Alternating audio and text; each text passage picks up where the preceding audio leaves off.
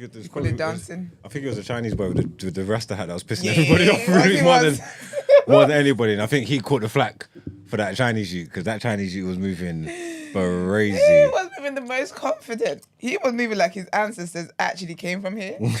Couldn't believe it. They should have left him out of the hat. That's what they should do. He shouldn't have got one. That was wild. That was very wild. But morning, people. It is Wednesday, the 10th of, if I say February, God forbid. 10th of April. Welcome to TDA, the day after, your favorite news platform and the home of popular culture as defined by the culture. And we'll go ahead and introduce ourselves. It's your boy, 6 Plus Pure Temptation, Big Moss from the east side of the bridge. Morning, people. As always, your favorite shade queen, my own royalty. And they call me E-Man, the pro-black activist, TDA producer and news analyst, melanin jam-packed. That's right. It has been restored, to be fair. It has been restored. The latest last post on the gram. The melanin is back. Okay. Yeah. Is that his photo shoot? Yeah, but for something else. He knows what it's for. I don't think I can hear your mic, Brent. Brent said he knows what it's for. So can you adjust that thing? I feel like it's going to drop and it's going to... What, this or this? No, the day after thing. It's like leaning. Yeah, thank you. Yeah, it was really good, man. Clean. Papa. Thank you. Nice suit. I had to remind the people, you know. Wear t-shirts all the time. Lest they think we can't dress and such. But yeah, how are you guys doing there? I'm all right, man. Brother, you constructing the mic. Why is it Yeah. taking forever? Sorry. Morning. This beautiful lady. Oh, beautiful Heather. lady. Oh, who? Heather. Big up Heather. Who's Heather when she's Heather's our cold swimming pond user. Yeah, and she's... Sorry, what?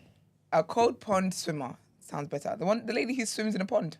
Oh, okay. We met her at Gina's Beating Bands. We is French. We is French, you weren't there. That's true. We is She's French. constantly sending me information About the pool? about the black community This was a pond. Oh, okay. and stuff. And she said that Nigeria has launched a new airline. Yes. Yeah. Fly Yes. Airpiece. Airpiece. Yeah. And I know someone who's used it. My stepdad used it. And Yeah, the it's really good. prices. It's really good. And yeah, BA and Virgin, guess whose prices all of a sudden can drop now? Prices done dropped. Serious? Yeah, but you know what it is? So he said in an interview that he's been trying to do this for like 10 years, you know? But guess who was blocking it? The Nigerian government. Who else? Be your own people. Ridiculous. But I'm really proud of him. Like I'm really proud of him. He's been trying to do that for years. Like, it's so sick for us to have an international airline. And like the standards are good, like everything. Yeah. Big up him, man. I can't remember his name now, but I thought they were in service like a while ago, though, you know? Because when I was looking in the for UK, from the UK? No, the first one was last week, innit? Yeah, first one was last week, Tuesday. Yeah, because when I was looking for flights to go back home, I was seeing flights obviously dotted around, like basically the rest of the year, innit? Yeah. So I was thinking, there must have been a thingy. And then obviously when I saw all the, you know, all the thingy, about thingy, I was like, okay, wait a minute, it actually is a new airline. But I think it's not new for other destinations, isn't it? No. So I used it when I went to Nigeria and I was going from Lagos. Where was I going? No, I was in Lagos. I was going from Abuja to Owerri. Okay. So they do domestic. They've been doing domestic flights for like years and stuff. But this is the first. That was their first international one. And then also when they tried to, so when the flight came here and then they went back, not them saying they had to go and use another terminal. But thankfully he was at the airport because they wanted to see the flight come back and celebrate that. And they tried to basically be like, oh no, you got to use something else, where the passengers would have to get buses to get back in the airport. And he put his foot down. He was like, no. Good. Like, you're not about sabotaging because what that does, it creates bad marketing, bad PR for the flight. So no one wants to get that flight anymore because they feel like they have to get a bus to get to the airport. So he put his foot down. He was like, no. Like, they will land where they're meant to land and you will make things easy for the customers. I'm really, really proud of him, man. I don't even know what his name is. Is it something like Onyema or something like that? I think so. I think he's the Iber man. About the Iber man, honey. Something like that. I remember I was watching one of their videos, like maybe, like I said, when I was looking at flights to see what it's like inside and all that sort of stuff and the type of food and all that. They got everything. It is Onyema. Onyema. Alan is such a Such an African name. Alan Oyema. What, you get the old jollof and stew on there and that? Yeah, pepper soup and everything. Yeah. We get our own stuff. I like that dead curry that British Airways always forcing down my throat. Anyway, I'm going with Virgin this time, but I don't know what they serve. So serious? What? Do you get like a bowl of water as well? For what? Oh, They don't give you Eba bread. They don't give you pounded jam and such. You use the spoon. Use the spoon like everybody else. Okay. But that would be lit though. Maybe they do for first class, you know. Maybe first class, you get to choose if you want pounded jam. We have FRE on the side. Yeah, I think they do. That's lit. Because the woman that was doing it, she's like one of those people who like make sure all the food's up to standard. Okay. So she basically was being interviewed by someone else, and basically everything that the plane offered, they were basically sampling. So That's they had lit. the desserts, they had everything there. Yeah. That is lit, man. I wish I knew about it. To be fair, I actually would have booked it to go. Would I? Yeah, I would have. It's good, and the prices are decent as well. Price is very good. Only thing is, maybe they might include this, but I think there were no flights around Christmas when I was checking. Ooh. That's Yeah, the he's only going to have to thing. do that though because... Unless people have booked already and they're all gone. I don't know. Nah, I doubt it. Because you know they always have like the premium. I feel like they squeeze people on for extra $2,000. But no, that'd be really good. Yeah, maybe he's trying to get that clearance because obviously that's the busiest time for the other airlines. So I'm hoping that he can get that sorted. Yeah. Or maybe he's just trying to see how it goes and then that doesn't want to commit to it too far in advance. Yeah. But That's that would change the game for December. 100%. Quick, if you can stop in Ghana as well, that'd be great. Because I refuse to pay $4,000. That's so stupid. Because even when I was gonna go originally in Easter, and then the date I chose, it's like a £400 difference. It's silly. First of all, did you get the notification on Twitter? I don't get notifications. Can you check to see if it is? I've added you, please. Because I tried something different today. And secondly, so with this new airline, right? It's from Britain. Yeah, so from Nigeria to London. And it goes to Gatwick. Yeah, Gatwick. You ain't got to go all the way to Heathrow. So what was there before in Nigeria? Prior, was it Arik Line? Was the last one? I think Arik was the last one. And Arik don't sound Nigerian to me. Are these planes battle tested though? It's Of course, it's a plane. Yeah. You Like think you think it's a bus? No, I'm just saying. Airbus. These are so they only do domestic, innit? So No, they used to. No, but he's been blocked for 10 years. why are you looking at me like that? That's all right. What do you mean battle tested? Can they go the distance? Can they 6,000 withstand? miles. Can they withstand? No, but they that? did though. I'm just asking. They have a few times by now. Yeah, man. Sorry. So they would use reborn materials to make the plane because it's from Nigeria. That's No, not you what I don't. You said. definitely need to go. That's not what I said. I mean, you're cosplaying a white woman.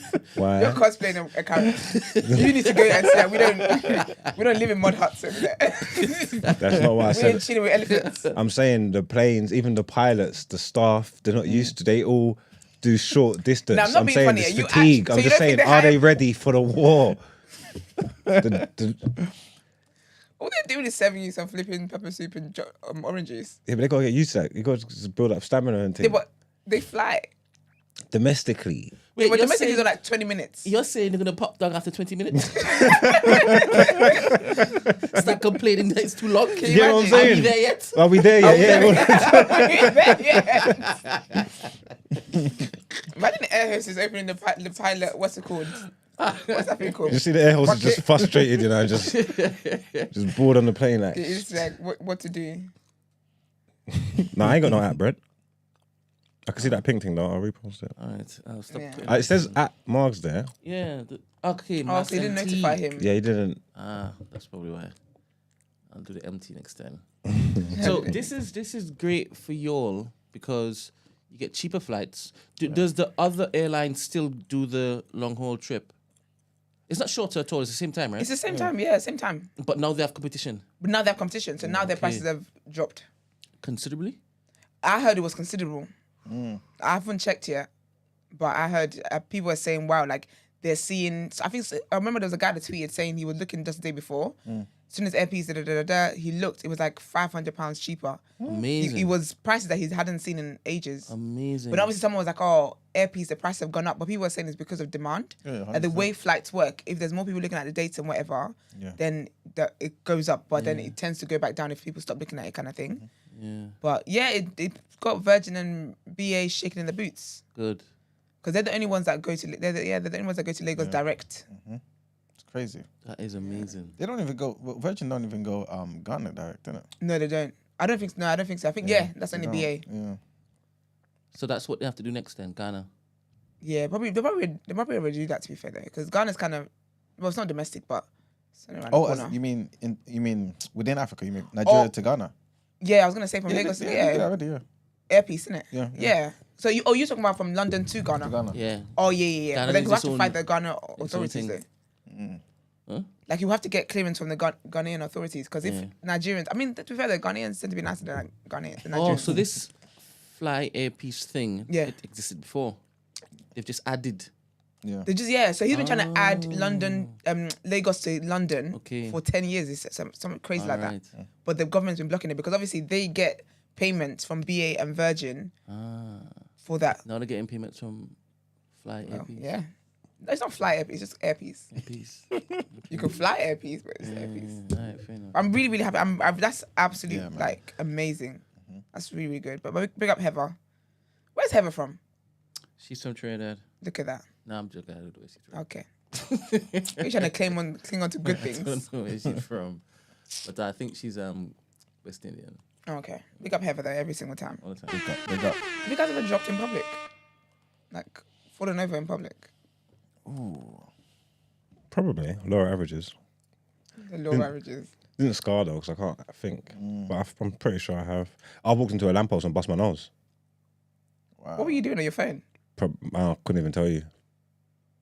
How fast and hard do you walk? I don't even walk that fast. It's just That's a big bang. bust my nose on the lamppost. I'm nearly sure I did. Yeah, I did. I remember that. That one stuck because I was mad. Did I? No, that's crazy. Yeah, that's wild. I failed my class yesterday. So my, what? my body combat class. It's not a pass or fail. Sorry? It was a test. What did you say? Did you say you failed it? I said I fell. Oh, you fell? Yeah. Oh, sorry. I thought you said you failed the class. I was like, what are you talking about? Now, some classes can fail. Some classes can definitely fail. No, I tried to do a Like a jumping jack or something. no, like a double kick. Okay. But I did it because obviously I'm right-handed, so my right side it wasn't perfect. Of course, I looked funny, but I did it, landed safely and whatnot. Tried to do it on my left. It's funny though dropping because you don't remember it. I honestly spent the whole evening trying to remember it. I just remember trying to attempted it, and I remember being on the floor, just sitting there. But then it's like I didn't clock. It had to take my memory to get to myself for me to clock that. Oh my gosh, I'm actually on the floor. And I was just laughing. My instructor was like, "Are you okay?" And I was like, "Yeah." But my foot hurts now. That's why I smell like a bunny kid this morning. It's wild. It's wild. But yeah, falling it's an experience. It's very humbling. I wasn't embarrassed or anything because I'm very clumsy anyway. But it was just like, I think it was just like truthfully, what it made me think about was I thought, is this how, when people die, is this how they feel? As in... That you don't know, like you just find yourself somewhere and it's like, oh my gosh, like you kind of come back, like you come out of yourself, then you come back into yourself. And I was like, weirdly enough, it was a nice feeling. I liked it. Interesting. Yeah, it's very weird. Yeah. Anyway, Brent, are you going to tell people good morning today? Yes, I am. I am blessed and highly favored, though. Who you sending a paragraph to? These days, I am multitasking every No, honestly, single Brent, minute. honestly, do you know, I'm honestly coming down to the day when 100%. and you can get a good night's sleep. Thank you very much. Gosh. I love you. Have you signed it yet? No, I was gonna ask you- I was gonna ask you- heart to heart with you. Just I was going to ask yesterday. you this morning to send it to me because I know where it is because I don't know where it is. In your email? Yeah, like just send. Yeah, but I don't send it so it's at the top. I was so on God before I could say you just send it back to me again so it's just there because I don't know where to find it. I'll find it. Huh? I'll find it in your search. I just press legal. Never mind. I'll do it after. Not that one. Do you know how long ago that was? Bruh. No. It's the most recent. It's the most recent. Well, like a reminder. Yeah. Yes. Never mind. From Seeds. Yes. All right, watch this. You said, watch this. Watch this, man. Let's go, baby. God damn. Oh, gosh. Right. Do I have to create an account? I don't have an account. Wait there, let me sign up with my email. Good morning, Black Mara. Good morning, Andrew Archibald. Good morning, Tanya Dennis. Well, you took your morning back, so I don't know. Still good morning, I guess. Why? What did we maybe, say? Maybe she didn't say good morning. Maybe she mistyped something. Okay, I was gonna say maybe she said good morning. Then we said something and she thought. Taking it back. I don't know. I think that's the second time I've seen you in the chat. I think so. I've heard that name before. Okay. Morning, babes. Good morning, my favorite Jew. Without context, that's always gonna sound crazy. Morning, TT. Oh, I understand why it is that you retracted that. Why? I got you. No, don't worry. I can't say it on the air. Oh. Good morning, T. Christy. Yoey. Good morning, Greek. Good morning, Fernand. Good morning, Lewis Williams. I like that name. Good morning, Crud Crew. Good morning, OMB. Good morning, Everest. Good morning, Izzy Bambino. Good morning, Abi Apaya. Apia. Good morning, Star Okay. Crew. Good morning, Amy Snow. Good morning, Ruby Wednesday. You feel a bit lightheaded when you do that every morning. like too much oxygen in the brain for a second. A lot of energy in the morning. You do, you know. Your energies are 100. Because I'm a morning person. You really are. Like, you would be the person that pisses me off in the office. Like, morning, shut up, bro. Shut up. Good morning, Love Klein. Or Clean. Good morning, Davina, sending you love and light. Good morning, Tunji. Good morning, Marlene. Oh, Tunji? Big up That's Tunji. a strong name. Good morning, you. Good morning, Esquire. Good morning. Is there Eid Mubarak today? Yes, Eid Mubarak. You said, is there a? I said, Eid Mubarak. Let's talk about it, boy. Eid Mubarak. It's about to be a holy war outside. What? Trust My me. friend, just do your email. What's he talking about? What are you talking about? Good morning. No. Good morning, Just Eat August. Good morning. No, I got my sisters back in it. And obviously I've been fraternizing with Christians for the past month. They're going to have to fight to get their man back. What the hell? You sort of thought Israel Palestine was going to go off. Oh my days. There is a war outside. He's going to... Oh, no. No. After they finish fasting? No. Can you imagine? They're going back to the They devil. haven't even celebrated it yet. Listen, back like I never left. Allah Akbar. Wow. The words and sentiments conveyed by Margs is by Margs Only. Alone. Like, only. Solely. My sisters know I love You know, them it's as a well. big deal when Iman says solely. How come no one gets onto him though? About How what? come no one leaves messages saying Margs is out of order? How come no one calls in? How am and I out of rushes you order? You down? know What are they going to rush me down about? This is facts. You can't, I'm not the issue here. You got to talk to your sisters. It's crazy. This is wild. To be honest, if it is that, I didn't think that's what if it it was was going to get. Christian ladies you were talking about, I'll stand up for them. To be honest, How? I've got my Christian I'm page. talking to the I knew Muslims it. in the group. to be Wait, honest. Christian, what? He's sitting here. He ain't said nothing. You understand? Of course, man. He's He a ain't Muslim said nothing. representative. You Fraternizing. should get your badge revoked. Terrible. Good Goodness, morning, man. JW. Good morning. I think I've said I everybody. think that's signed.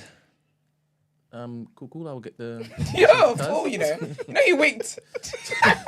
He said it's signed. Esquire's piped up. What's he saying? Stop chewing like a slag. Oh, he's back. What's that got to do with Yeah, but at anything? least celebrate the day. At least he'll be back tomorrow. What do you mean? Now, you're such a heathen, Von. Like, at least wait till tomorrow. Do you get me? Like, celebrate the day.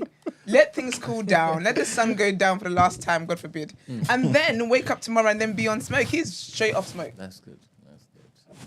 Love that for you, man. Do you know what's so funny as well? It's a Because celebration. I looked at the good morning options and I saw the last one says F your good morning. And when I saw the percentage, I was like, oh my gosh, I know Von is in there. I it. clicked that. Well, The both of you. yeah. Must just be me and Vaughn. Yeah, you Von and the Keeleys and yeah. Anyway. It's like you're a protected breed Why'd you say this? because you surround yourself with like-minded. People who want to be soldiers. Like-minded individuals. And like you give them honorary badges. Yeah. And they just hold up that If that's Esquire, I swear. position. I doubt it. Can't be. I doubt it. Morning. You might have to call back. I've now engaged the phone. I have now engaged the phone. Boom, boom, bam. Don't switch. I've never seen Vaughn say a prayer in my life. He's in the chat now, prophesying. Justifying. But come on, you know the day after you've done a fast, you feel extra holy, right? I thought it was something else, you know. Say horny. Sorry. They said holy. No, holy. They would be horny anyway because you've been abstaining the whole month. Okay. It's about abstinence and Even about if you're married, sacrifice. you can't have sex when you're married. I mean, Don't you choose probably what you can wanna when you give break up? fast. What? Don't you choose what you want to give up? That's I Lent. don't think it works. That's Like that. Christianity. Wait, Ramsey was listening to What? music. Don't do that. Let the guy just. That's what I'm saying. Can't you choose? No, I don't Oh think my I gosh, don't please. think you- I don't think Married you pick and Muslims in the choose. chat, let me know, please. Yeah, if you're married, you're allowed yeah. to have sex, I believe. I was going to say, because that's wild. When you break your fast, isn't it? Yeah. Why am I in it? Not when I break my fast. So during the period where they're fasting, you can't have sex. Of course not. No. What do you mean, of course not? Of course not. So people have been celibate, yeah, that's just obviously holy people. Been celibate, whatever, waiting till marriage. I get marriage now. Let's just say it happens to be Ramadan season. Then I've got to wait till after. There's more important things in life than sex. If you can go without food, you can go without sex. Oh, Come wow, on. that's nice of you to say. Love that for you. But remember during those times, like you most likely be Why are at you work. looking at me like this? You just you finished was like, saying to You the be at work. come true. No, you're Yeah. saying Yeah, but I didn't bother them during We Ramadan. can do both. So you didn't bother them during Ramadan? Oh, No, Well, not you even small expected- talk. They didn't see me. Not even no flirting or you're nothing. about to big head people. Huh? Up and down. Hey, big head all over the place. Eid Mubarak. They're gonna know. They're sending emojis. Yeah, but I'm a good youth. No, you're not. Because if you... and How if you, not? How not? If you start a conversation with Eid Mubarak and you know why you're back here, that's just... If I took away all ironic. distractions, all temptations, all outside negative influences during the holy month of Ramadan, how am I a bad youth? That's what I don't understand. Fair enough. Ramsey said, yeah, you can have sex if you're married. Yeah. I was thinking that. No, but outside of the. No. He said you can have sex. He said, Yeah, you can have Ramsey. sex during Ramadan. Yeah, as but long not as you're while you're married. fasting. But not while you're fasting. Outside the, you know when you break the fast. When you the break the evening? fast, yeah. But that's there's not during Ramadan then. It is. There's a period during the I day thought where you're Ramadan allowed was to when eat. I thought Ramadan was when you're... That's wild. I thought Ramadan was the whole fasting period. As in the month, yeah. Yeah. Yeah. And there's a point throughout the day. That's why you have to wake up at a certain When time. the sun goes You're down. allowed to consume. Oh, when you have the energy. No. Because you eat, right? You break the fast for the day, and you have energy to have sex. I don't think that's what the breaking the fast is about. But No, I'm saying it's But then it would make, that is when you would technically have sex. Then. after That's what I'm fasting, saying, who wants that's to what have I'm sex saying. and then eat. But that might be Oh. the best thing to do, actually. No, not really. Yeah. Did you know if you got the itis? No, because we might want to eat again. Do you know what? Fair. Get an extra million before you have to start before the fasting clock starts. Can't you be disciplined and not have sex for a certain while? I'm celibate, of course I am. Dude. Obviously, you can operate in that spirit, Marks. Yeah, he's What's that? celibate too. I go celebrate all the time. But now That's after like, Ramadan, it's time to drop that. I wasn't celibate during Ramadan. What did you just said you're celibate all the time. I said I go celebrate all the time. Yeah, go celibate is wild. Yeah, he just turns it on and off. Like Yeah. an intermittent That's the fasting. title. That's the title. I go celibate all the time. Is that funny that is? Nah, regularly I go celebrate. No, but it's not a cleanse. It's not a detox. It is. No, it's not. You can't just juice it. It's not juice. That's the title. I go celibate all the time. I regularly go celebrate. Here It's a and thing. there. It's a thing. The I actually do weekend. it. No, I do it longer than that. How long have you ever been? What's the longest you've gone? Couple months. Fair. Fair. Ramadan has been 2 weeks. That's so nothing. that's fair. Huh? That's nothing. For him though, To be honest, what does that mean? Do you actually know about its exploits? people talk.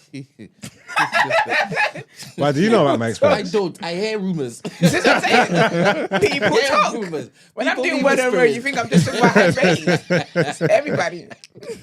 I go word on word on everybody. I filter what I report. There's no morning show like this, people. Here we never go. be. Okay. Took them to time. Would you have to top up? Yeah. Actually, I shouldn't shame that. That's great. Topping up is good.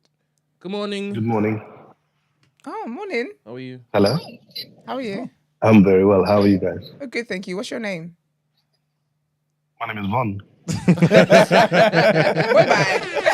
I thought it was a man I hadn't discovered. Morning, Vaughn. How are you, babes? I'm very well. I actually sent a very...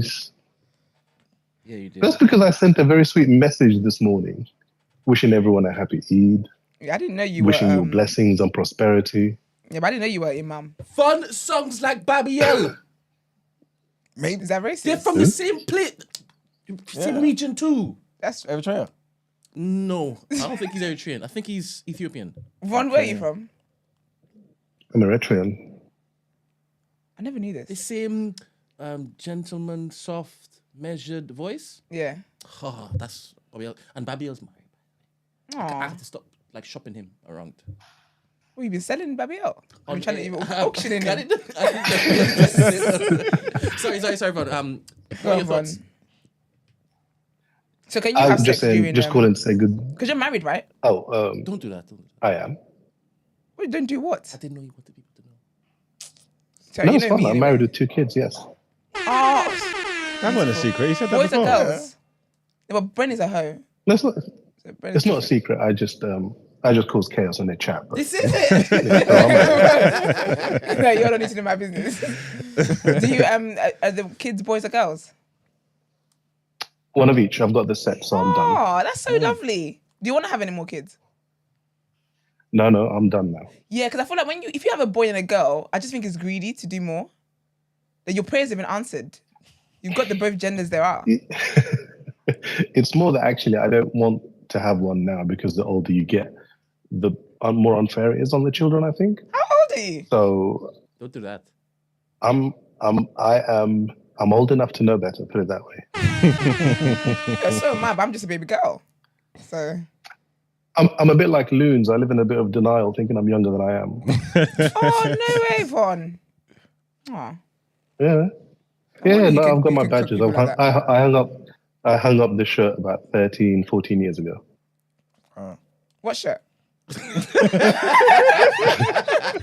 What shirt? Hang That the shirt. boots. Hang the boots, man. That What shirt. is it? Anyway, it's all done. Yeah. Funny I'm not being even on married the for subs 20 years, bench. though. I'm not even reserved. Yeah. How long have you been Practically, to be married? honest. Well, how long I've you been married married.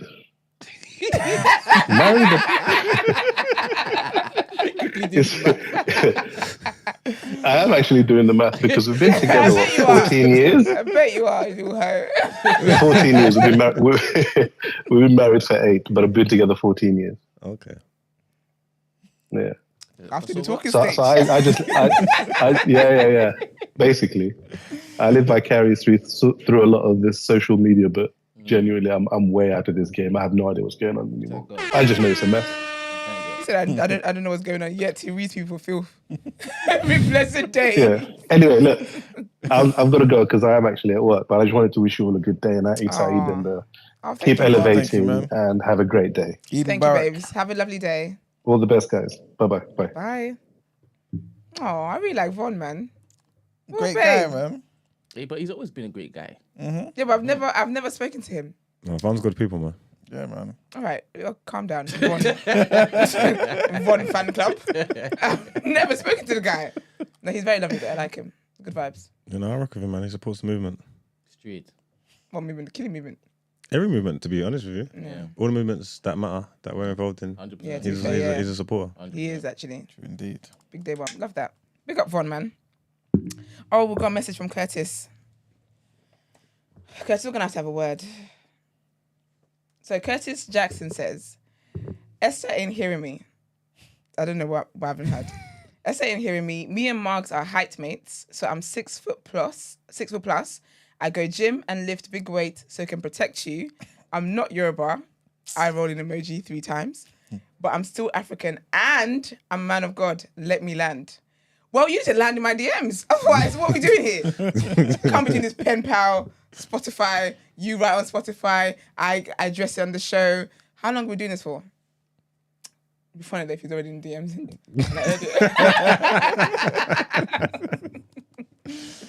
But yeah, my big up Curtis there. Every time. Bren, is that? That is it. Yeah, all right. Let's get into headlines then, please.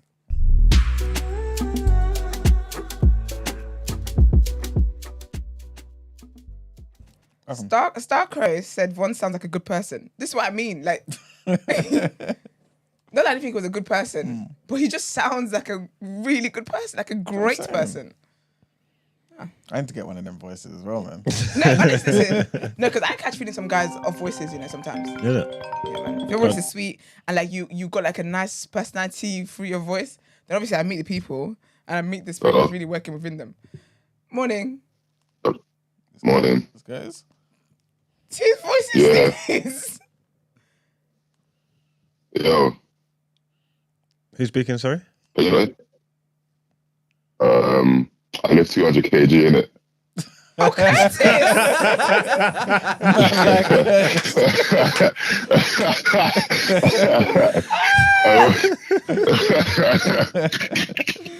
What are you not saying? You're a legend, you know. He actually would expect me to know who it is, and I'm so embarrassed because I actually did. Disgusting. How are you, babes? I'm alright, how are you? I'm good, thank you. What are you not saying, man? Well, we haven't read one headline yet. Hey, I'm not gonna lie. Hey, what's it called? What was I gonna say? In regards to that, all the Nigerian stuff here. Did you not know that they're selling Nigerian food in Sainsbury's and that, Tasty and that? Yeah. Yes. What, like Jamie Oliver thing? Yeah, the pre-packaged ones. Yeah. Was it Tasty? Yeah, they've got. So they've got like different franchises. Yeah, they got. They got what's it? They got they've got Eforero. Yeah. They've got Giz Dodo and Ayamasha, I think it is. I've tried the Gisto though. It's nice. What's I is would it? try Yeah. the F4 though. Isn't it F4? They shouldn't have said that on page either. It's a very tricky one. They done well though, man. They have. Yeah, they man. really have. Have they that- got jollof? Okay, no. No, they haven't. Is it a white man making it? No, it's proper thingy. Yeah. Oh. So Tasty is a food chain. Yeah. Oh, okay. It's an African food chain. They've got one everywhere. They've got one in Ilford. They've got one in Dagenham, They've got Dagenham. Leighton. They've got one in so it's South. not like Jamie Oliver then? No, I just that thought you it's meant like the. packaged. As in, yeah, but it's not a white man doing it. Okay. No. Oh, you mean when he made that jerk and jollof rice thing? Yeah. Oh no. I thought you meant like how he pack it, like his food, how his food is sold in shops. No, I'm saying it's authentic. Oh, that food. No. It's authentic food. Okay. It's really nice. It's actually really nice. It's like what, £5, isn't it? Swear. Yeah, like £5-6. Well, inflation now probably £8, but yeah, it's really good. Have you tried it, Curtis? No, I haven't still. But I've heard good stuff about it though. Yeah, they had really, really good reviews. Like, I'm really happy for them. I hope they bring up more stuff. Yeah, 100%. Because a nice jollof rice would be nice. That would be Yeah, good. I need that still. Their jollof rice is nice anyway. And their puff Is it? goes off. Well, I heard Esther makes good Gosh. jollof rice, Curtis. I do, I made some for someone the other day and he was like, oh, it's really nice. The friend of my gym. Who's he? Who's he? Who's he? Yeah, energy. I said, who's he? What are you talking about? Friend of my gym. I was like, oh, nice. But yeah. Hey, what's it called? I know this is gonna get us angry talking about J. Cole, yeah, but what's it called? Brent and Mark. Do you not see that people are saying that Jadon Sancho? I mean, fucking Bro, J. Cole apologized before Jadon Sancho. Listen, you've been doing all right. Don't mess it up. Mess it up. That's all right, man. I'm a J. Cole. I've gone through this my entire life of loving J. Cole. People think we're nerds, Is it? so it's fine. Messi apologized quicker than Sancho, you know. That is funny, you know. Yeah, man. Big up J. Cole. Oh, that's quality. He's had a tough week. Curtis, thank you Hey, lastly, yeah. for calling in. Wait. What's wait. What? Yesterday, yeah. Saka, penalty or not? We'll get into the reaction. You're going to be at the end of the show? 100%. Make sure and remain for the reaction. We'll be talking Make sure you're at the end of the show, man. We'll talk about it. Say nothing. All right, cool. Bless. Thank Bye, you for calling in. In a bit. Bye. Fine. All right, guys. So our first headline takes us to Australia, man. You right, Esther? How's Australia doing? Well, the foreign minister, Penny Wong. Doesn't sound like an Australian No, it name, doesn't sound innit? like a Chinese never mind. No. Well, Miss Penny Wong Yeah, definitely Chinese, Australia. Do you know what I mean? Yeah. Yeah. But you know, it's quite close, isn't it? China and Australia. Yeah. I thought Australia was just their own people. Like, What do no you one was mean? close to them. As an English. Oh, yeah, they're kind of by themselves down there, but the next closest place. That whole region. You know what I mean? Okay, Like, fair. Yeah. That's why when Border Force. You know that show, Border Force? Yeah. Where you saw like Uncle Lagos and all that. No, Uncle London. Uncle London, that's it. I saw my party once, you know. What, the same Uncle London? Yeah, he's got kids and family. How many? I think he had like 2-3 kids. You must have more. You know them. Because usually, basically, this guy tried to come to London, right? And he claimed he was 15 years old. Yo, he was a grown man. But he was claiming he was 15 years old. It was a whole thing. That was a legendary episode. And he was like, if you send me back, they're going to kill me. It was a whole thing. It was a whole thing. Anyway, and then they basically put him in asylum for his application and whatnot. He escaped. He escaped. I don't know if he's got papers now, though. I hope he does, but yeah. Yeah, man. But yes, anyway. So Australia's Foreign Minister Penny Wong has suggested that the country could recognise Palestinian statehood to increase momentum towards peace. However, Hamas could have no role, in its governance. This is what Penny Wong said. Canberra has long said that recognition of a Palestinian nation could only come as part of a two-state solution brokered with Israel. Both Australia's opposition and the Zionist Federation of Australia say such a move would be premature. But Ms. Wong's comments echo a speech by UK Foreign Secretary David Cameron earlier this year, in which he hinted that the UK too could recognise Palestinian statehood without the support of Israel. In a speech on Tuesday night, Ms. Wong said that a two-state solution where Israelis and Palestinians lived side by side in separate countries was the only hope to break the endless cycle of violence. Next headline, Rishi Sunak welcomed the Rwandan president, Paul Kagame, to Downing Street amid signs that ministers are struggling to find an airline or housing in Kigali to carry out their flagship deportation plan. The meeting on Tuesday was overshadowed by the former Home Secretary, Suella Braverman, and her criticism of fallen expectations over the policy, which aims to forcibly send people seeking asylum 4,000 miles to Rwanda. The two leaders discussed the £500 million plan exactly 2 years after Boris Johnson announced a plan to deport tens of thousands of people arriving across the channel in small boats. So far, none have been sent. Government insiders said that Sunak and Kagame remained confident that the bill would pass by the end of April and that flights will take off in the spring. And our last headline, Alan Bates, who was caught up in the whole post office scandal. Oh, yeah. Well, he's come out and basically said that the post office is an atrocious organisation which should be sold off to Amazon. The former sub-postmaster... Why is Amazon, didn't it? They just think Jeff Bezos got money to waste to buy everything. The former sub-postmaster said that the institution is now beyond saving in the wake of the Horizon IT scandal, where hundreds of sub-postmasters were persecuted and wrongly prosecuted. Asked about the post office's culture, Mr. Bates told a public inquiry it's an atrocious organisation. The post office is an atrocious organisation which should be sold off to Amazon. Yeah, pretty much. Given his evidence to the public inquiry, Mr. Bates said that the government, as sole shareholder in the post office, must take responsibility for the failings. And that's it for our headlines. All right, let's get into our topic of the day.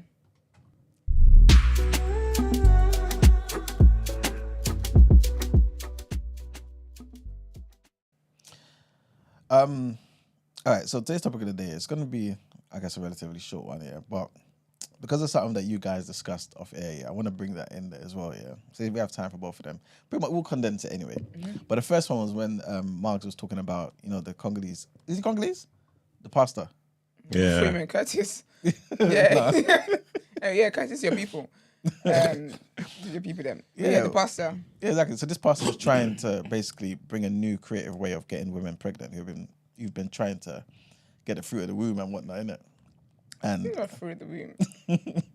And Mark, what was he doing? He was like sucking the cancer out of the breast. Oh, so this is two separate things. So he was sucking cancer out of the breast, and another one was trying to. Another one was telling them he had the holy penis to get them pregnant. This is it. All right. There's something going on in Congo, man. I don't know if the other guy's Congolese. To be fair, maybe they're just good. African. Maybe they're just good healers. Definitely African. Mm-hmm. But the question I wanted to ask you guys, yeah, when you hear stuff like this, yeah, Do you feel like these guys think God does not exist? Or do you feel like they feel like he does exist, but I don't care? Oh, because they're not afraid. Yeah, like what do you think is behind the thinking of this? Do you know what, actually? No, the Bible says something about this. Basically, sometimes when people lie, people lie so much that they don't realize anymore that they're lying. And I think that's what it is. I think that's what, like with fake pastors and stuff that lie and whatnot, I think they lie so much that they no longer realize that they're lying. Like if you wake up every day and tell yourself a lie, at some point you forget that this is actually a lie. And I think they just don't have conscience. I don't think they think about God at all. I think they just think about what they're trying to gain from it. And that's it. Even though, I guess, in their sermons and stuff, they'll be mentioning God. They'll be using Bible verses, yeah. Because think about it, even when the devil tempted Jesus, he was quoting scripture. Devil knows scripture. That's why you got to stay reading it, because he might know more than you. But yeah, so basically, what they do, sometimes you will listen, like sometimes I will hear pastors, like see a clip or something, and they will read a verse, but that verse does not mean anything to what it is they said it means. But a lot of people don't read the Bible. That's the problem with church, if we're being honest. A lot of people don't read the Bible. Because if you read your Bible, then you develop a relationship with God by yourself, and then you come to know who God really is and build a relationship for God by yourself. But a lot of people use their pastors to develop a relationship with God. And it's so ironic because when Jesus came so all of that could stop. Because remember back in like Old Testament, like they would have to go through Moses, go through Ezekiel, go through like they were correspondents because back then you couldn't directly speak to God. When Jesus died on the cross, curtain was torn into the temple that was always sacred and always hidden, where only holy people could go in and see what it looked like, was open for everybody to see because that was a representation of what our relationship is like with God. But unfortunately, a lot of people depend on their pastors and stuff to know what God says. But then you can know what God says, just read his word. So pastors like that are giving people breasts, oh, stop it. Not him lifting her up.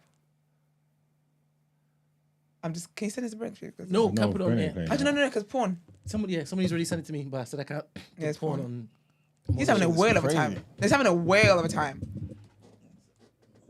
That's wild. But yeah, so a lot of people, the pastor would just say whatever he's saying. Oh, come on, man. They even did a shimmy. Oh, no, this is not serious. And then in Vegas. So you don't reckon it worked, then? You say you don't reckon it works? I'm just saying. Who knows, man? I don't think they got cancer. He was looking at a belly button in between the breasts. He does that. The belly button? Like he was going up from the belly button to like in between the... There's not even like a target area he was working on. It might have spread, didn't it? He just going for it. And then he picked her up, spun around and dropped her. Yeah, you know what it is? Someone's got there's no regulations over there, innit? There's none. There's none. Because you know, like a lot of these people anyway, they get actors and stuff. Yes, 100%. So she might not even have cancer. This is crazy. Do you know how wild that is though? Like when you actually deep it, just so wild. Just go on Twitter and type in Congo and breast and it will come up. Not Congo and breast. That's what I typed in, Congo breast. Just find it straight away. You'll find it. Go look. You just seriously run and look and then tell me what you think in the chat. Congo breast is wild. But yeah, man, it's crazy. But I don't think they have it. They don't fear God. There's no fear whatsoever. And not fear as in like, but like fear like just respect and honor God and what God does and what God has done, continues to do, will do. They just don't care. I don't think there's any thought for it. This is why I'm thinking, is it a case of them just thinking he doesn't exist? Or he's not powerful enough to do anything to me? I think they know he exists, but I think they just don't. Because I believe every human being knows that God exists, even atheists.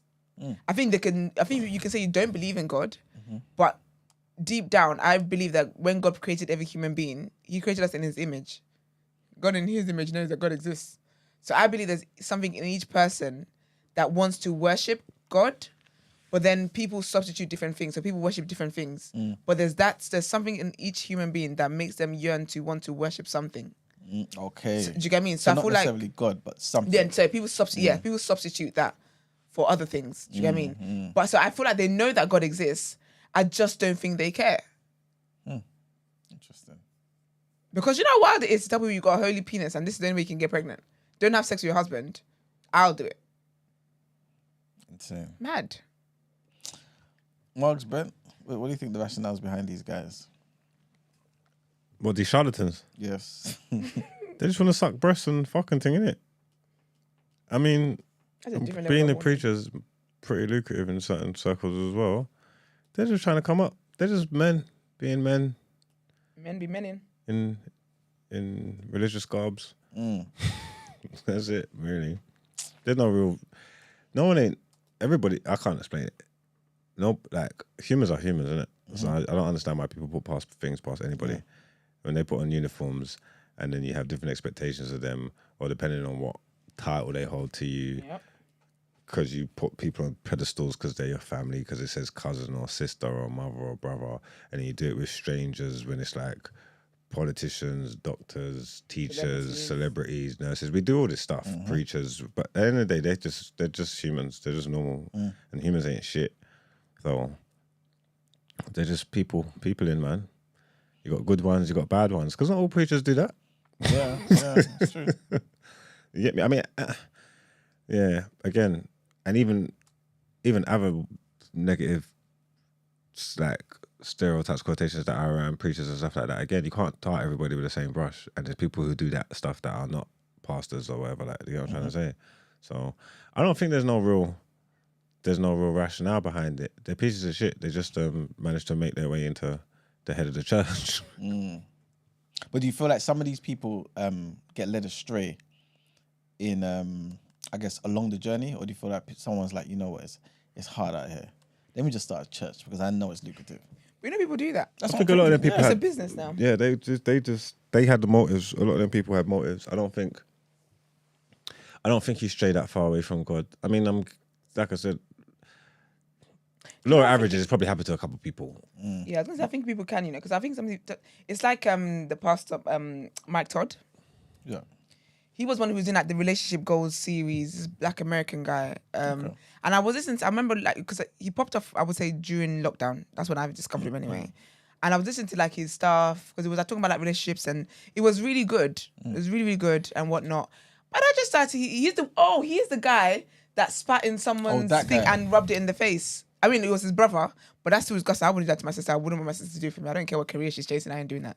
But yeah, he's that guy. But honestly, when I was listening to him earlier, I was engaged with his word.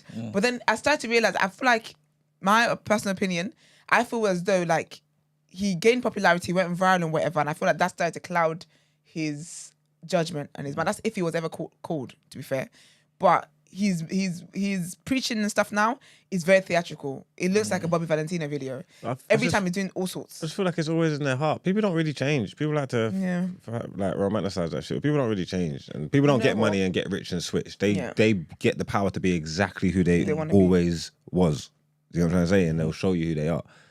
Do you know, you're right, because actually the Bible does say that it's not possible for you to, anyone basically says anyone that was part of us as a Christian, and then tomorrow you basically leave the faith, you were never one of us. Yeah. Because it's impossible to know what God has done for you and to be truly saved and walk away from that. Yeah. Yeah. Word. He's been a hoe. You know, he was crowd surfing. What was that? Yeah, his New Year's show. Not New Year's show, can you imagine? His New Year's quote unquote service, he was crowd surfing.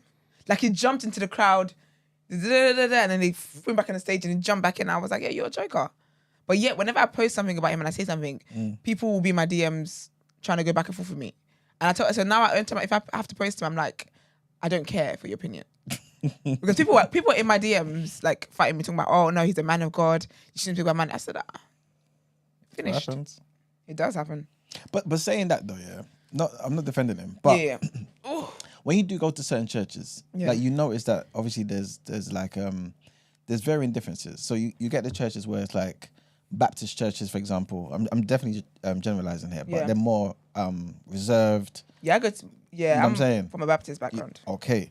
So you know exactly what I'm talking about. Yeah. Where it's more reserved. Like hymns. It's more traditional. Exactly. Yeah. But then the Holy Spirit ain't there. Okay, so why is that? Why you say that? Does the Holy Spirit have to be not aggressive, a concept. But you know what I mean? Look, God loves when we rejoice. See what I'm trying to say? When we gap and when we sing, you know, the Spirit's there. I said God loves when we rejoice, you know. No, he does. And what do you think Baptist Christians are doing? Yeah, but Morning. but it's just it sounds like it sometimes. Hymns go off, you know. Yeah, but you just need that. Nah, hymns go off. We sing stand up for Jesus. All them songs, they go off. Hymns go off. Ooh, love a hymn. Wait. Everett said Pentecostal thing. Is this real? He got his hair. He got his hair cut while Yes, the other day. Yeah, he was gonna haircut. He was gonna shape up while preaching. Also, the other day as well, I saw another clip. He was pouring things in the Bible. He was defacing the Bible. He had like cream poured in it, like water. Like, was a bunch of stuff just being to what end? defacing. This is part of the theatrics he's done because I guess maybe he was trying to say like what matters is the word of God, but. Yeah. Still, as a Christian, you shouldn't deface the Bible. Doesn't matter. Like it's not about me thinking this is God. It's that I shouldn't deface that. But yeah, he was defacing the Bible. But yeah, he was getting his haircut the other day, like a full-on barber, and he was sat down. What's that cape thing people wear? Yeah. The cape on it. Is it called a cape? Oh, we'll go with the cape. Yeah, like he was getting a proper haircut during the service. That's crazy. I like the theatrics like that. When we're singing and going for it, you feel the spirit. You know what I'm trying to say? Like when it's all down and dreary and monotone, it's like he's not. No, but that's here. different. He's not here, man. Like remember, the service are usually running at the same time. So it's like being at wireless. What tent do you think he's gonna run to? Okay. He's going to the one that's going off. I said, do you know what? I'm not doing this with you. I'm just saying he's going where it's going off. It's like them not. They rating me. Like properly, he's trying to be all humble with it. You get me? You know God's bossy already. Don't look at me for cosign. I'm not I'm in my heart telling Jesus right now, this is not me. I just happen to be on this platform, but this is not me. It's in my words. Oh man. All right. Well, the main topic of the day, again, we won't spend much time on it, but I'll start with you, Brent. Yeah. The psychology of conspiracy theories. Yeah. What is it that makes... Start with the right person. What do you think it is that makes people really gravitate to conspiracy theories? Do you feel like certain people are more susceptible than others? And why don't you consider yourself one of them? Why I don't? Consider yourself one of those susceptible, vulnerable people. Why did you add vulnerable in it? So you understand what I mean. Yes, I do think that certain people, they have a particular constitution that makes it easier for them to accept anything that's fed, or not fed, but they see online or somebody tells them, right? Some people, they're just waiting for an opportunity to just sponge it all in, right? And there are other people who they know that there are certain structures that are set up and have been set up forever to lie, oppress, to control the masses. So they are open-minded to certain things that are told them, right? Then there's some people who have been in that particular